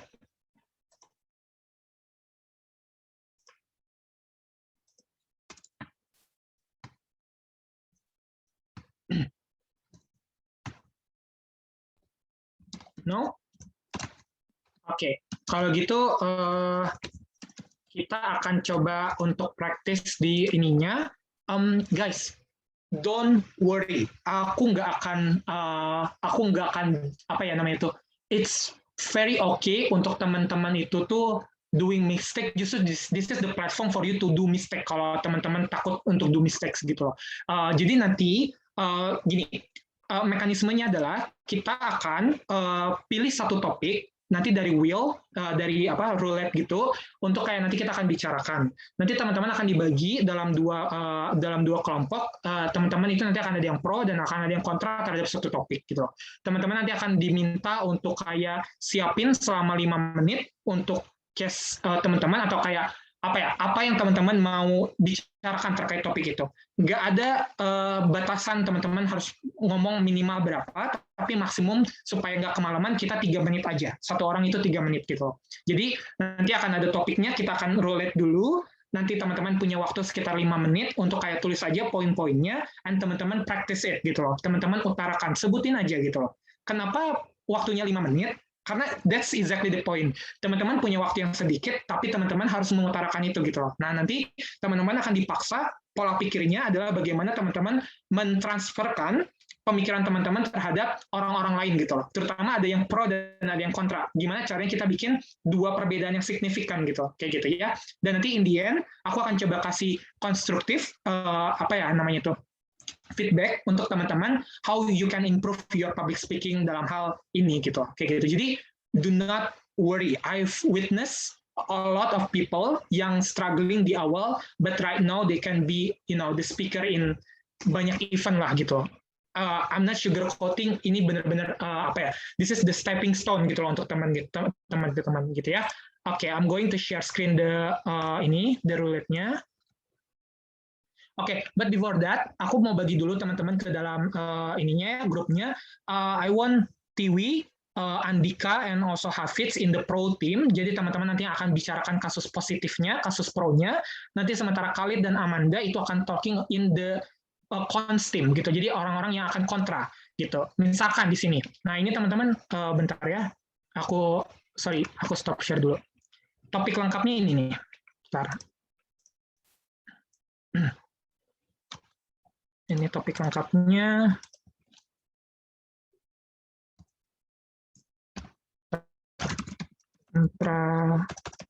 Prioritizing health over economy.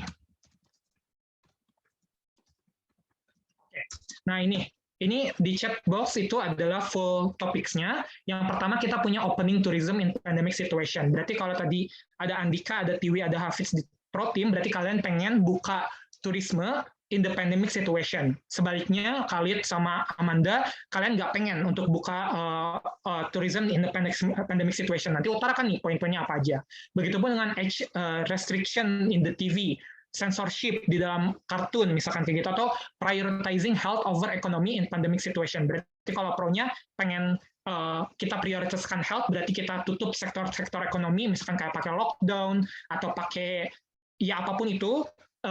Kalau yang ekonomi berarti kita pengen ya udah orang keluar kerja nggak apa-apa, ada risiko kena COVID misalkan kayak gitu ya. I think it's kinda understandable ya untuk topiknya. Is it understandable? Yes. Yeah. Okay, cool. Okay, we're going to see the roulette. I want to ask a question first. Sure. Okay? Yeah. Do we have time to talk about the preparations with our team or? It's not gonna be in team, it's individual. Jadi kayak gitu. Okay. Because I want to see kayak apa individual capacity-nya gitu loh, kayak gitu ya. Oke. Oke, ini something, Chris. Sure. Yeah. For the censorship on cartoon, what kind of like censorship? The means is misalkan kayak biasanya tuh, misalkan kayak in SpongeBob, we see that Sandy use this kind of underwear, tapi suka disensor, or SpongeBob-nya juga kayak gitu. Or maybe we have this kind of cartoon yang pakai rokok misalkan kayak gitu, but usually mereka suka kayak sensor ini, even it's cartoon gitu loh, kayak gitu. Atau misalkan kayak kartun yang mungkin darah-darahan gitu ya, kayak for example like anime, misalkan anime, Naruto itu kadang suka di blur atau dijadiin black and white gitu loh. Nah, that's kind of censorship gitu ya. Gitu. Okay, thank you, Chris. Oke, kita akan spin. Alright, who is this for? Kenapa? The first spin. Who is it intended to? Who is it for? Maksudnya? Buat siapa ini? Tourism. Misalnya sekarang. Oh, for everyone. Basically for everyone. Jadi ini akan dari 4 ini, cuman kita akan bicara satu karena waktu kita terbatas. Jadi kita akan bicara satu. Jadi nanti apa namanya itu siapa tuh Tiwi, Hafid dan juga Andika nanti akan bicarakan tourism. Walaupun topiknya sama, pasti kalian punya your own way to deliver it gitu loh. Nah, itu yang mau aku lihat gitu. Itu yang aku mau coba lihat, the way you deliver the materials gitu. Padahal topiknya sama gitu. Dan itu pun juga it goes the same with Khalid and Amanda. Okay, we're going to talk about tourism. Full-nya itu ada tadi tentang apa tadi itu? Opening tourism in pandemic situations gitu loh. Nah, you guys have 5 minutes untuk kayak tulis, nggak usah yang kompleks-kompleks, nggak usah yang kayak ribet-ribet pakai fakta, pakai gimana-gimana. Put in a simple word supaya orang-orang gampang ngerti gitu ya. That's the clue gitu. Okay, is there any question before we start?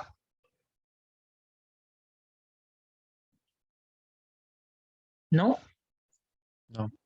Alright, cool. Kalau gitu, I'm gonna let you to do case building. Sekarang ini 9.46, berarti kita akan mulai di 9.51. Kayak gitu. Okay, silakan.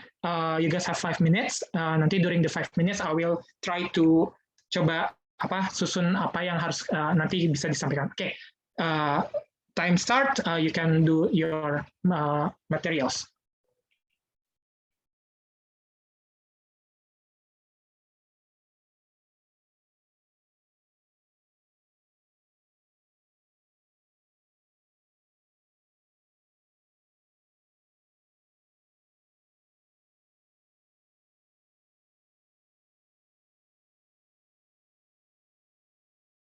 By the way, excuse me for going to the toilet ya, because agak kebelet, jadi aku akan balik lagi nanti setelah ini, oke? So, okay, good luck guys.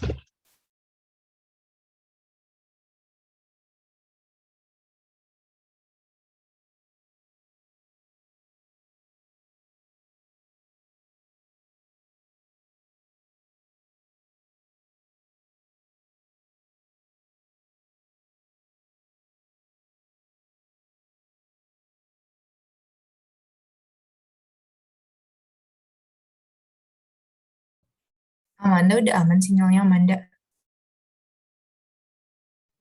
Udah Teh. Okay. Good luck.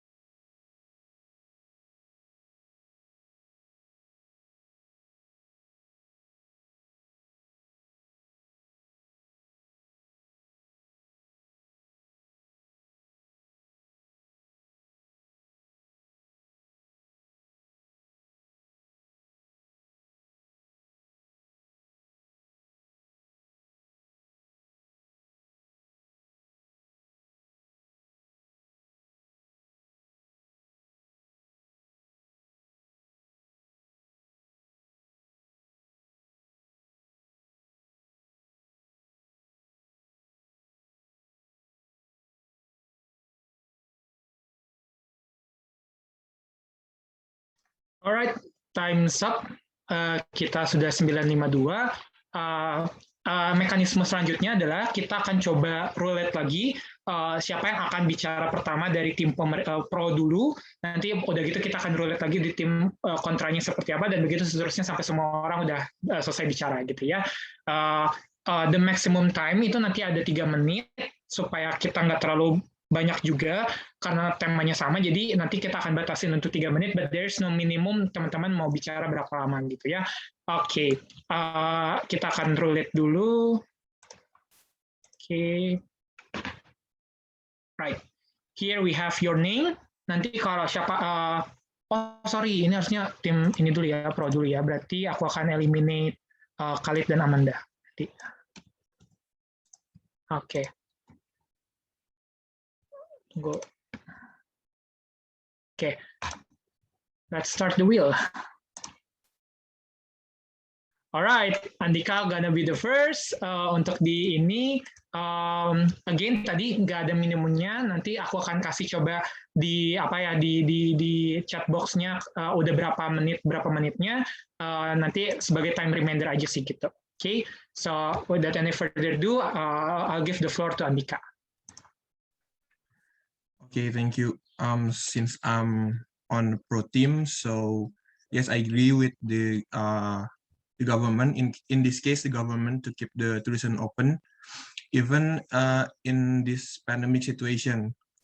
I agree that it will be a little risky to keep the tourism activities running in this condition, but the tourism is one of the biggest economic supporters that we have, especially in Indonesia. We are a tropical country that has many vacation spots. So yes, it will be very difficult if we have to close tourism activities.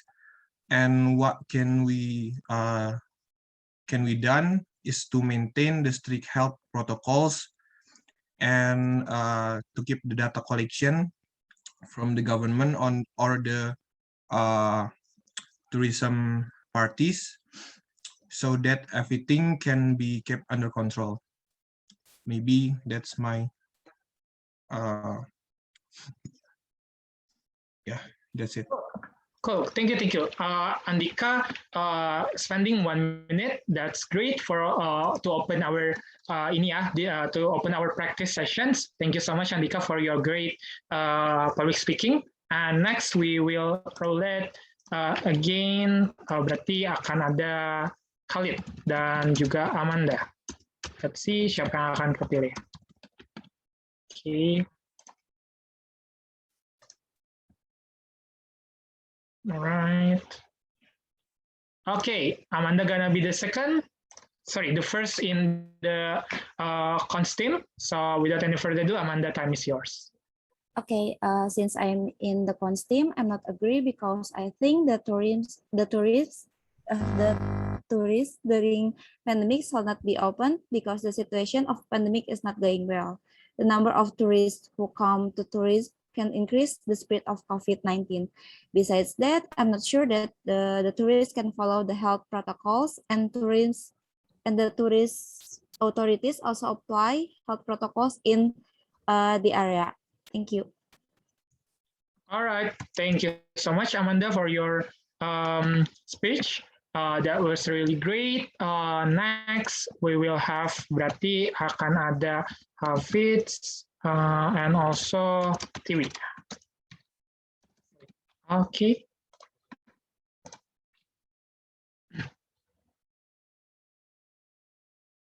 Okay, Tiwi. Without any further ado, time is yours.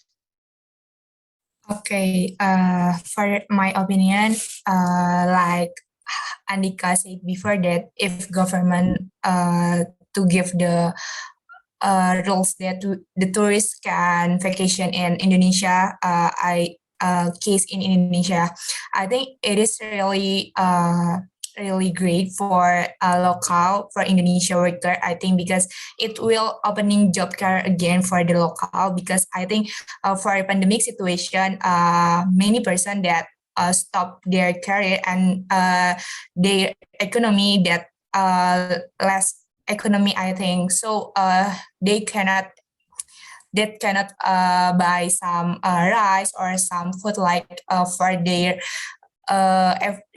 daily life, I think. So it will be income for the local in Indonesia. So for the Indonesia, it will be addition for income too, because I think so many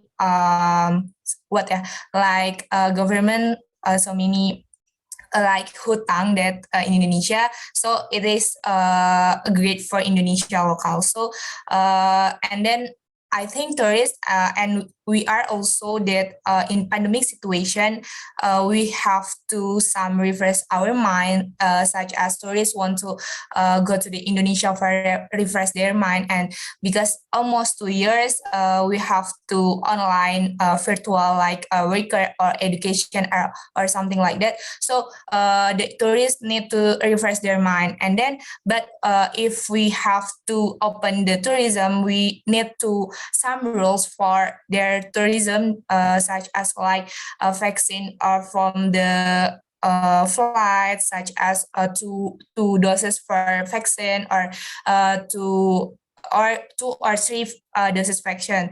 I think so. In the next protocol that we can allocate that tourism should to use a mask in that vacation, and then I think is it the important things to tourism if Indonesian local don't want to some risk from the tourism, and then we have to there is some capacity in the vacation, because if really crowded, I think it will be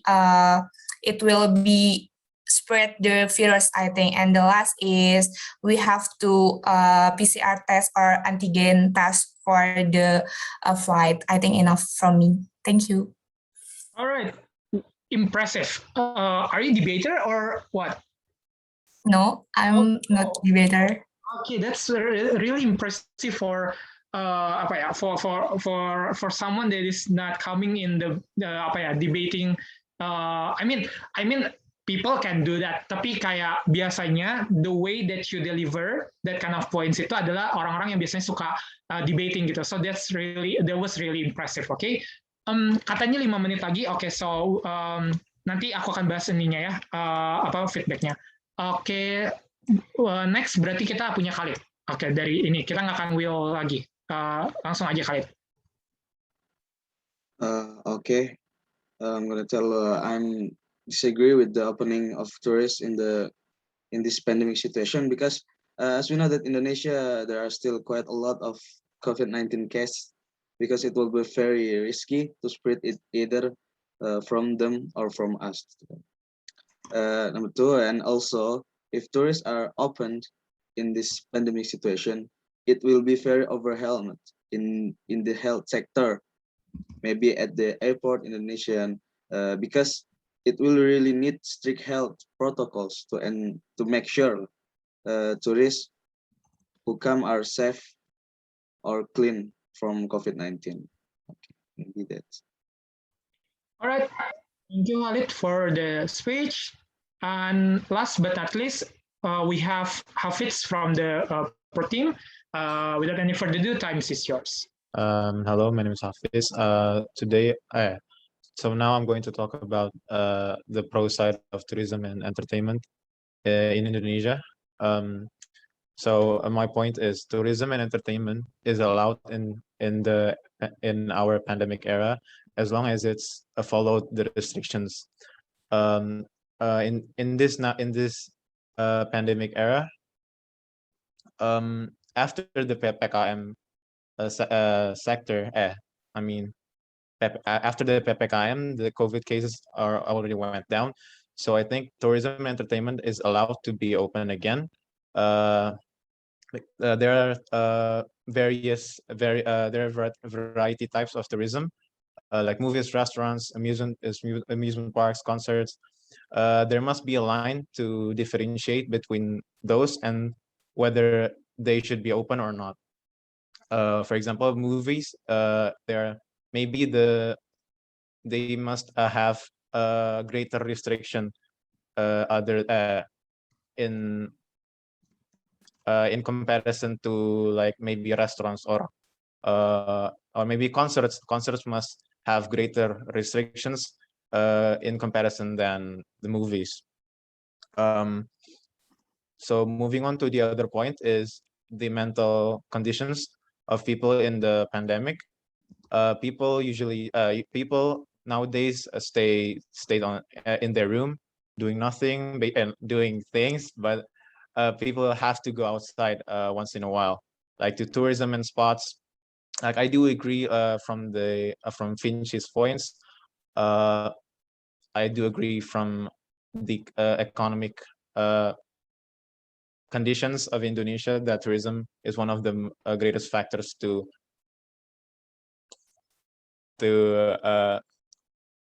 be the pillars of our economy. So people need social interactions, and tourism and entertainment is one of the wadah is one of the can you help me here? Platform is one of the platform to release that. Thank you. All right, tunggu bentar. Is the platform? Okay, cool. Thank you, Khalid, for thank you, Hafiz, for closing the practice sessions. Yeah. Overall, I don't think that I have difficulties to follow up your public speaking, ya guys.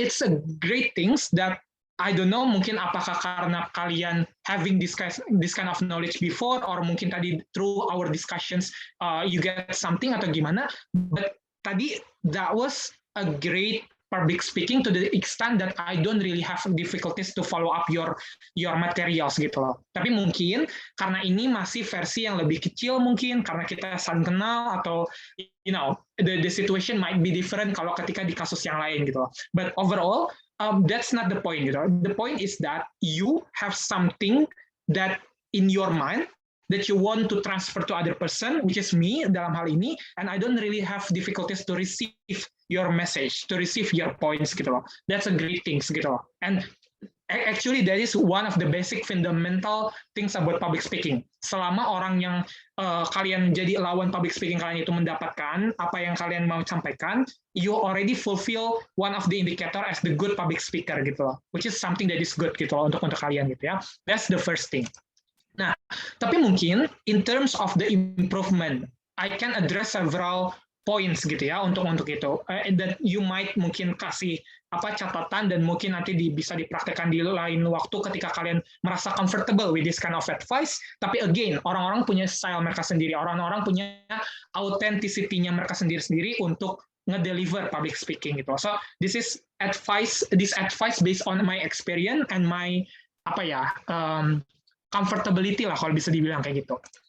Number one, whenever you want to buka public speaking atau mau lakukan public speaking, make sure kalau kalian punya remarkable opening gitu loh. Nah, remarkable opening itu maksudnya gimana sih? Biasanya remarkable opening itu yang pakai sesuatu yang besar gitu, sesuatu yang nonjok gitu kalau bisa dibilang. Maksudnya nonjok itu adalah kayak orang tuh jadi ke-grab gitu loh, attention-nya gitu loh.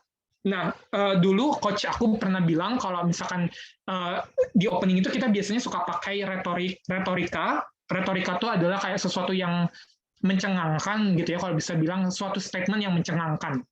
Misalkan tadi aku mau pakai poinnya dari Andika ya.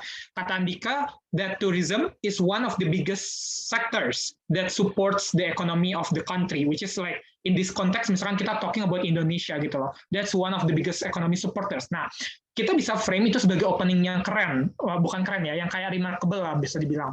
Misalkan bisa bilang gini, did you know that in Indonesia 80%, misalkan 80% lah ya, 80% of the budget, 80% of the economy is contributed from tourism platform or tourism sectors.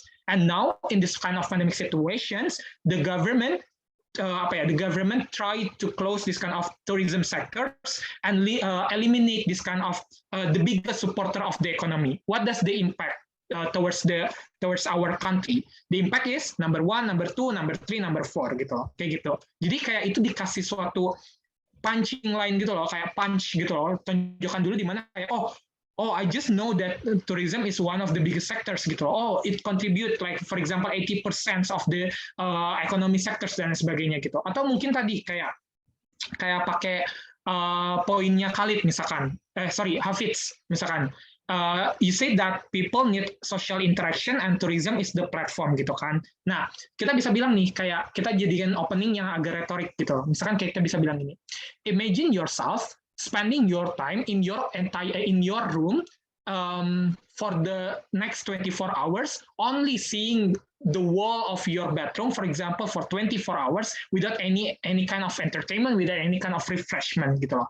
Can you imagine that kind of things? Because that's exactly what happens when the government decided to close this kind of tourism in the pandemic situations gitu. Jadi kita bawa satu perspektif orang-orang itu, oh, this kind of situation yang kita mau bahas gitu loh. Ketika orang-orang bored and also boring lah ya, boring dengan staying di dalam ruangan mereka, terus kayak nggak no entertainment, no refreshments gitu kan, doing the constant activities berkali-kali setiap hari gitu loh. That's what happens when the tourism itu ditutup oleh pemerintah misalkan kayak gitu. Jadi kasih picturizations, kasih gambaran gitu. That's also good gitu loh. Itu ya yang pertama. Jadi kayak create this kind of punching opening gitu loh. Second of all, mungkin kalian bisa kayak kasih sign posting. Aku nggak ada masalah dengan kayak kalian kasih statement, terus kayak kasih alasan kenapa kalian percaya statement itu benar gitu. Kayak tadi misalkan, oh, orang tuh butuh refreshment karena orang bosan di rumah dan sebagainya. Jadi kalian nggak punya masalah dalam hal itu. Tapi mungkin supaya orang itu jadi lebih gampang untuk nangkep apa yang kalian mau sampaikan, coba kasih sign posting. Sign posting itu tuh kalau sign itu kayak kalau marka jalan gitu loh. Kalau kalian jalan kan ada markanya gitu, ada penandanya gitu loh. Nah ini juga sama. Jadi kalian kasih nih, misalkan ini tuh yang dimaksud dengan argumennya kalian. Terus nanti ada nih alasannya tuh nomor 1, nomor 2, nomor 3 gitu loh. Oleh karena itu kita harus lakukan nomor 1, nomor 2, nomor 3 gitu. Jadi lebih sederhana. Orang tuh lebih gampang untuk kayak, oh ini tuh udah move on loh dari satu poin ke poin yang lain gitu ya, kayak gitu. Jadi supaya memberitahu, oh ini kita udah mau move on nih dari satu poin ke poin yang lain gitu, ngasih tahu nih gitu. Itu namanya sign posting.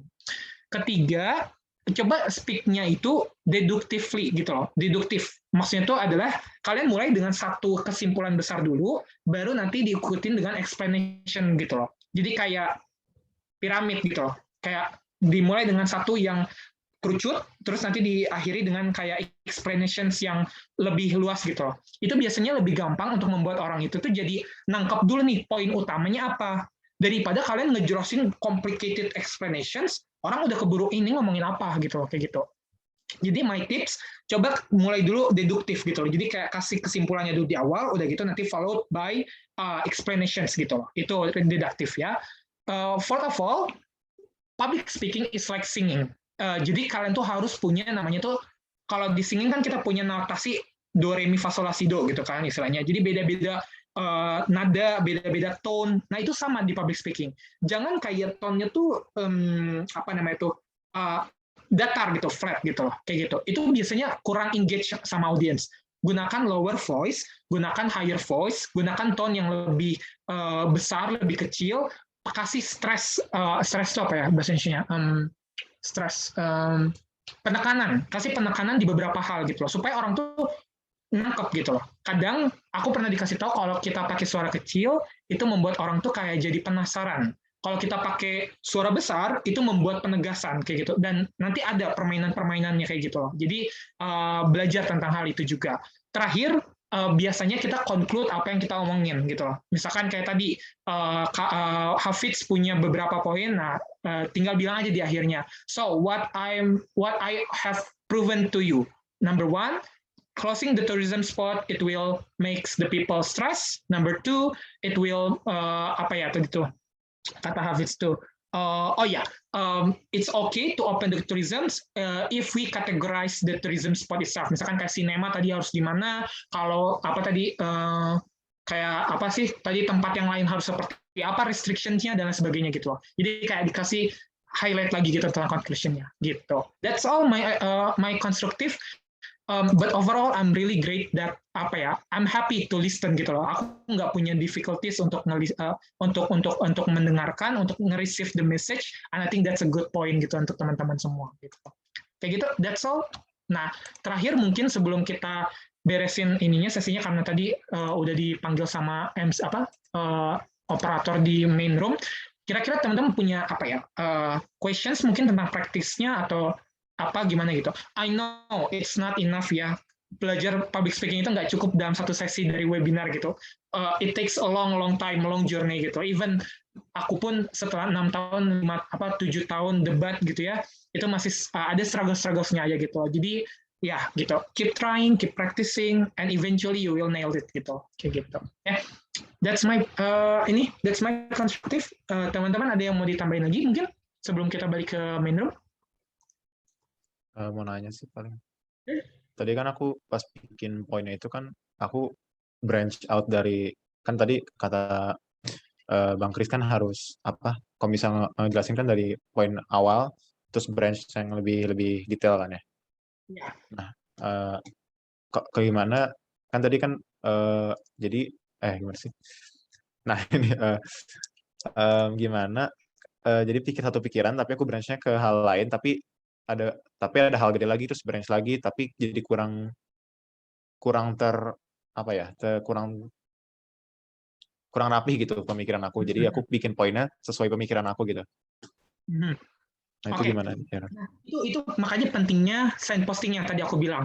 Jadi gini, misalkan kita talking about pro arguments tentang opening tourism in pandemic situations gitu. Misalkan kamu punya 3 poin. Yang pertama misalkan it reduces the stress, misalkan kayak gitu ya. Jadi mengurangi stres. Yang nomor 2 contributing to the economy sector. Nomor 3 misalkan it create misalkan it create productivity for the people gitu.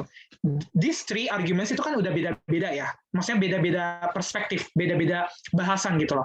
Nah, caranya tadi di signpostingin, dikasih sign, dikasih tanda gitu loh. Oke, in my speech, with the topic of opening tourism in pandemic situation, I have 3 things to deliver. Number 1, I'm going to explain to you about 3 impacts why we need to open the tourism in pandemic situations.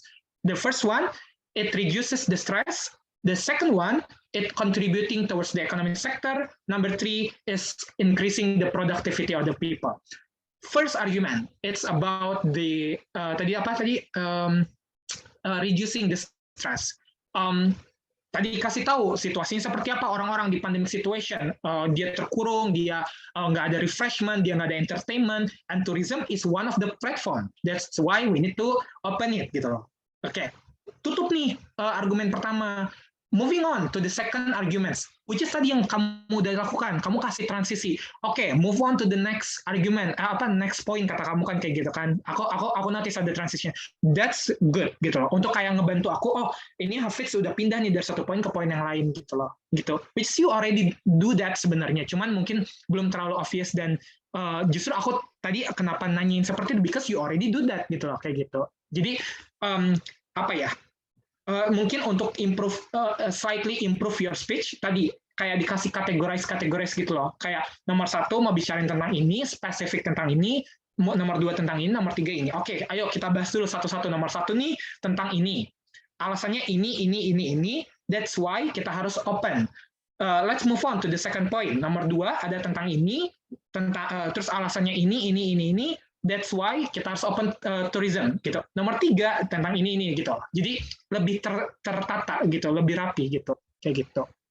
Nah makanya tadi aku bilang deduktif. Kita kasih dulu SPOK-nya ya, subjek, predikat, objeknya di awal, supaya nanti baru explanation-nya mengikuti gitu loh, kayak gitu. Hafiz. Terima kasih banyak Bang Chris. Alright, cool. Mungkin satu pertanyaan lagi kali ya sebelum kita sebelum kita move ke main room. Ada lagi nggak? Kalau nggak ada, you can reach me out aja sih guys sebenarnya. Khalid punya nomor aku, nanti mungkin Khalid bisa sebar juga mungkin di teman-teman AAPG kalau misalkan ada yang punya pertanyaan, I'm more than happy to help gitu. Jadi silakan approach me atau reach me setelah ini pun juga nggak apa-apa. Oke. Tapi mungkin satu pertanyaan terakhir sebelum kita move. Kak mau nanya. Sure, Amanda. Aku emang gimana ya? Aku kan emang orangnya tuh suka kena panic attack gitu kalau pas di depan. Itu gimana ya cara ngehandle-nya biar nggak terlalu kayak sampai tremor gitu loh kalau ngomong di depan. Tremor ya? Oke. Kamu takut ketemu orang ya? Maksudnya kamu takut ketika kamu harus bicara di depan orang gitu ya? Iya nggak sih?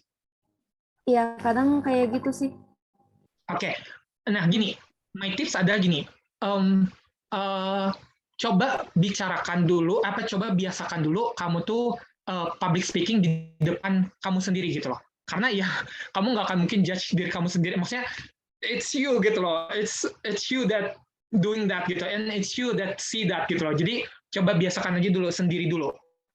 Ngobrol kayak apa sih sendiri gitu. Emang sih sounds kayak orang gila. Betul tadi kayak yang di main session kata Dyara kan, kadang kita suka ngomong sendiri gitu ya, dan kadang suka mungkin agak konyol, tapi that helps me gitu loh. Kadang kalau lagi mandi atau kadang kalau lagi apa tuh namanya tuh ngaca gitu ya, aku suka ngomong aja random things gitu. Padahal nggak tahu konteksnya apa gitu, ngomong aja gitu loh kayak gitu.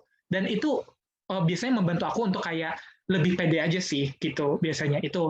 Karena aku takut ketemu orang biasanya. Aku takut dengan pemikiran orang seperti apa terhadap omongan aku gitu loh, kayak gitu. Jadi biasakan dulu dengan diri sendiri. Nanti kalau udah dengan diri sendiri udah mahir, dengan lancar gitu kan istilahnya, baru tambahin dengan konteks, dengan materi gitu loh. Kamu kayak bicarakan sesuatu secara struktur gitu loh. Ada topiknya, ada temanya gitu loh. Kalau tadi kan random, ini pakai tema. Udah kayak gitu baru nanti naik level lagi. Coba omongin ke teman kamu, coba omongin ke keluarga kamu, ke orang-orang terdekat kamu, minta sarannya. Udah gitu nanti baru naik lagi level ke orang yang misalkan ke organisasi ini, satu organisasi. Nanti naik lagi level ke audiens yang lebih luas kayak gitu loh. Kayak gitu. Gitu sih saran aku. Jadi starting with yourself gitu. Terima kasih banyak Kak. Seluruh deh. Oke deh. Yes. Oke, I think mungkin karena waktunya juga udah sedikit lagi.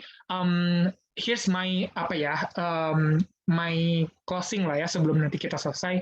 I'm really great to see someone that eager to to try untuk melakukan public speaking, because it's something that is not easy, dan ketika teman-teman bisa melakukan hal itu, you are one step ahead than other person yang nggak mungkin hadir di sini gitu loh. So congratulations, and I'm very grateful because of that, and hopefully dengan sesi yang singkat ini yang kita punya ini bisa nge-boost teman-teman dan jadikan mungkin kayak insight buat teman-teman nanti ke depannya, because once again learning public speaking itu nggak cukup dalam satu sesi, harus dilanjutkan, harus constantly learning gitu loh, kayak gitu ya.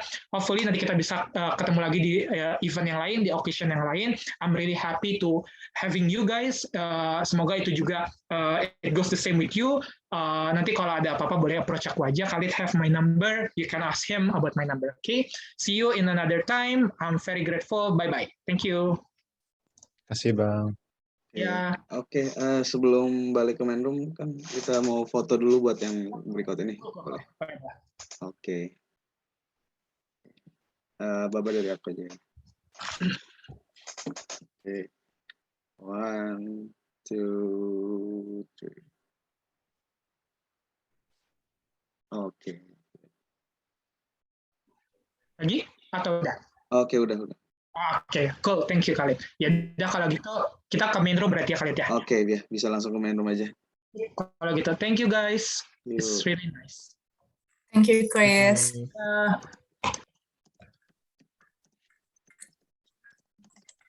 Thank you. Keren, gila, Vinci keren banget.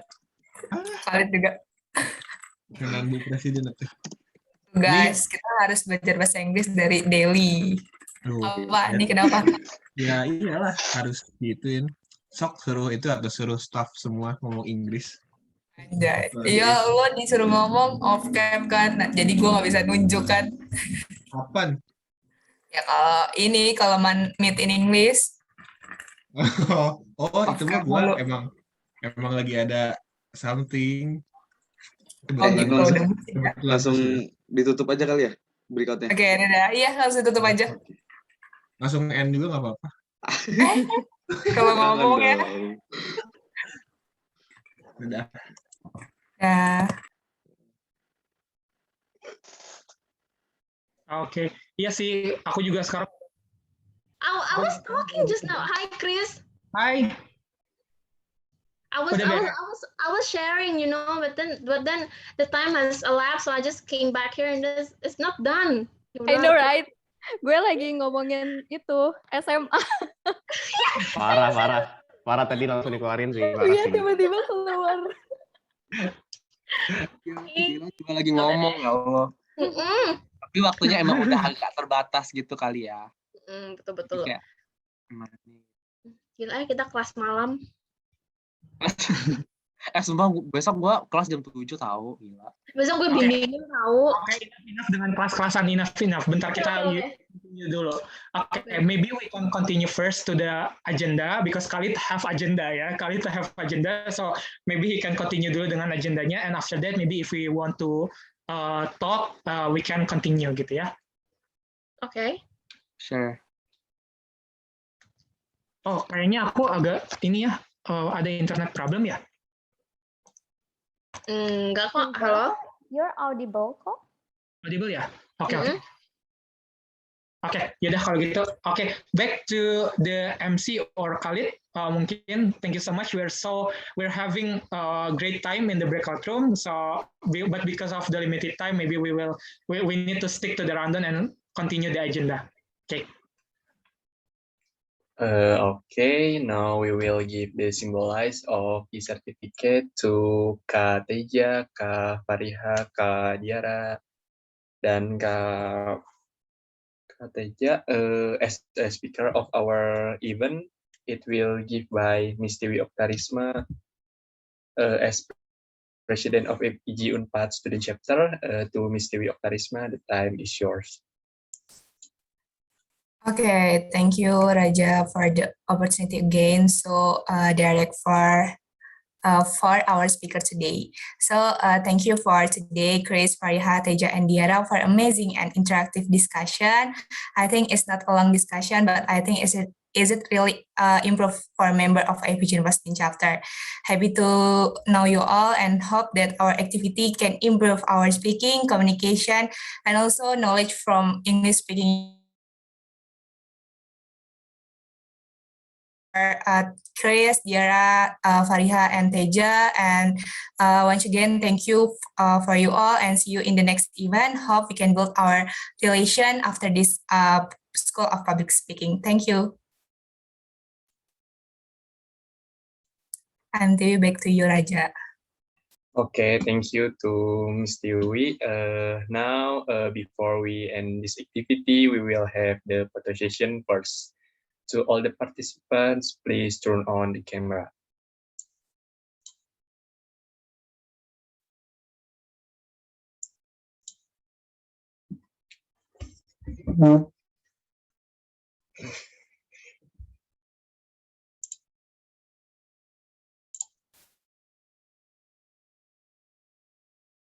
Okay, maybe I will wait.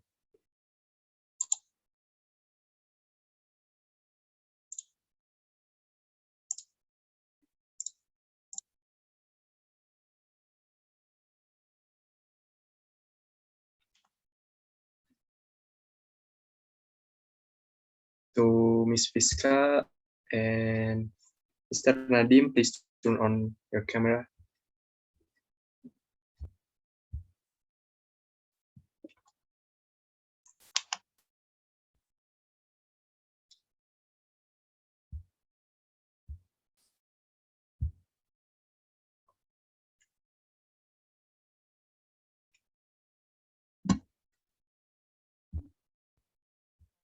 Okay, maybe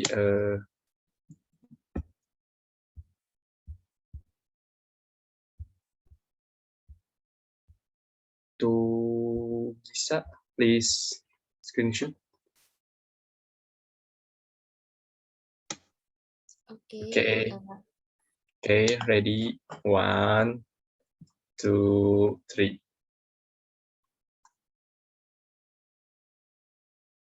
Okay, once again.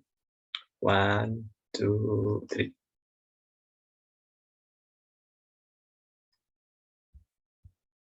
Okay.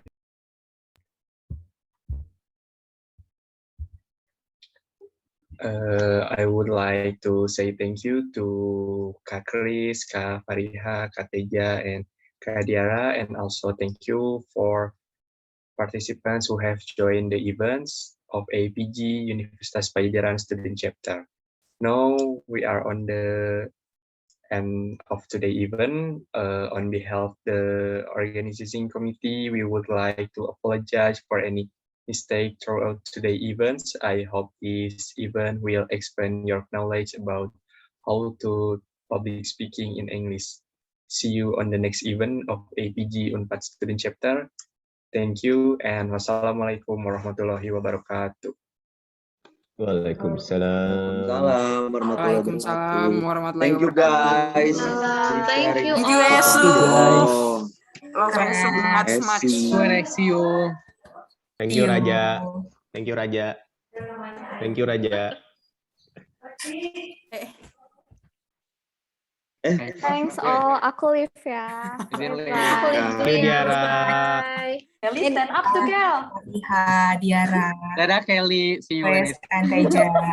Ini udah berdiri, Bang. Nih, Anyway, stand up. breakout room 4. Bye-bye. Seru banget. Breakout room 4 forever. Dadah Bang Teja. I Dadah admire Kelly. you so Dadah semuanya. much. iya. Padahal tadi mau jawab, gak jadi. Iya. Jadi. Potong. Next of Jawab question. di sini, kali. jawab di sini, jawab di sini. Tadi ya Allah. Gak enak gue rame. Jangan jawab di sini nih rame. Udah lah, nggak apa-apa Bang. SCPC-an aja nggak sih kayak Gilang sama Kak Teja? Apa nih? Waduh. Kepo nih, kepo. Gilang ngapain nih? Kayaknya Gilang harus nih. di-spill di sini sih. Kenapa jadi Iya. PCPC? Ayo Bang, Tadi cepet kita spill, kepo. Gitu. Iya. Terus. Enggak, mungkin di Tadi sini ada cerita-cerita press-nya. Jadi nanti press yang ngejelasin APG itu apa. Jadi Iya. pertanyaan tadi APG gitu. Kalau banget ya Allah. Gitu sih. Ada pressnya Iya, di sini gitu. boleh mungkin dari Iya. pressnya. Ya, Mungkin dimulai dari press. Kenapa? Press. Ini mulai apa? Ini mulai apa? maksudnya press Mulai SU-nya kan ya? percintaannya, maksudnya penjelasannya. Aduh, udah, Oh. pusing, udah malam, udah capek. Enggak tadi. Penjelasan gitu. Ya, di breakout room tuh Teja nanya, Teo, APG itu apa gitu. Oh. Ada race-nya nih tuh. Parah banget nggak sih? Aduh. Kita nggak ada yang nanya SU itu apa. Coba SU itu apa, Bang? Itu kan udah jelas tadi Gimana dijelasin. sih? Ya, salah gua. Ini semua salah gua.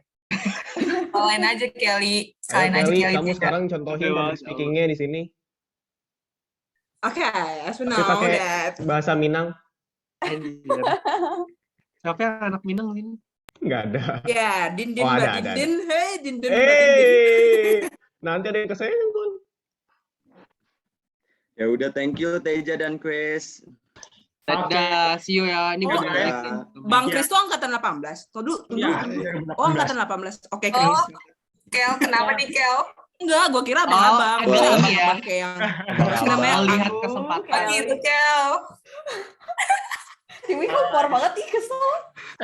Ya udah nanti guys, kalau kalian punya apa-apa, Khalid have my number, jadi nanti mungkin kayak you can approach me lagi juga nanti kalau ada sesuatu. Yay. Oke, thank Very you, good. Chris. Thank you. Kel udah di provide ya sama Chris. Khalid. Dadah, Bang Chris. Oh, thank you so much. Bye. Semangat kelasnya jam 7 Bang Teja. Iya Bang Teja. Kelly, semangat juga kuliah kalau ada. Nanti cari tahu APG-nya sendiri aja ya. Follow IG aku Bang gosok. Teja. Bang Teja Kelly DBR, @KellyDBR. Boleh. Sekarang, right now. Kenapa sih si Kelly aktif banget nih kayaknya? Agresif ya. Iya. Agresif Bang Teja tuh banget. keren banget, gila. Soalnya dia mau ini tadi nanya-nanya juga sih antara Teja sama Chris gitu. Oh, gitu Teh Kelly. Gitu ya Teja, sampai Farhan, kamu diam Farhan. Dadah Bang Teja, dadah. Dadah Bang tadi ada Teja. apa, Farhan? Ayo Bang Teja cepetan lift. Dah. Dadah. Enggak jadi kalau gitu Kel. Katiwis Itu spill yang beneran tadi live ya. dong. So, dadah. Oh. Oke. Dadah. Yang mana, Dadah. yang mana? Katiwis spill yang tadi nih. Mana Farhan. tadi? Kenapa? Yang bilang Farhan ganteng. Yo. Aja lah ya. Teja. Jadi roomnya Farhan kayaknya tahu deh. Coba tanyain yang di breakout Teja. roomnya Farhan siapa ya? Oh, tadi breakout room Ada, siapa? sendiri Aku tadi tahu, makanya. Itu Farhan. si Apa, Febrika, Febrika? tanya Febrika tuh usah tanya. Siapa Febrika yang di breakout room dia? Teja. Spill Ganik. Wah, Teja. Waduh. Jadi tadi tuh ditanyain sama Fariha, Farhan. Jadi double F ya, Farhan dan Fariha. Waduh. Ya, gitu. Oh, Farhan Jadi gimana, Ramadan dan ah? Fariha Ramadhani. Bonjol. Oh iya anjir bener. Bener anjing. Farhan Ramadan dan juga Fariha Fariha Ramadhani. Ramadhani. Sama-sama Ramadan tuh. Ternyata jadinya sama Fadilan Ramadhani. Wah. Tikung tuh Terulang kembali kayaknya. tuh gitu. Cukup ada Rizky aja itu.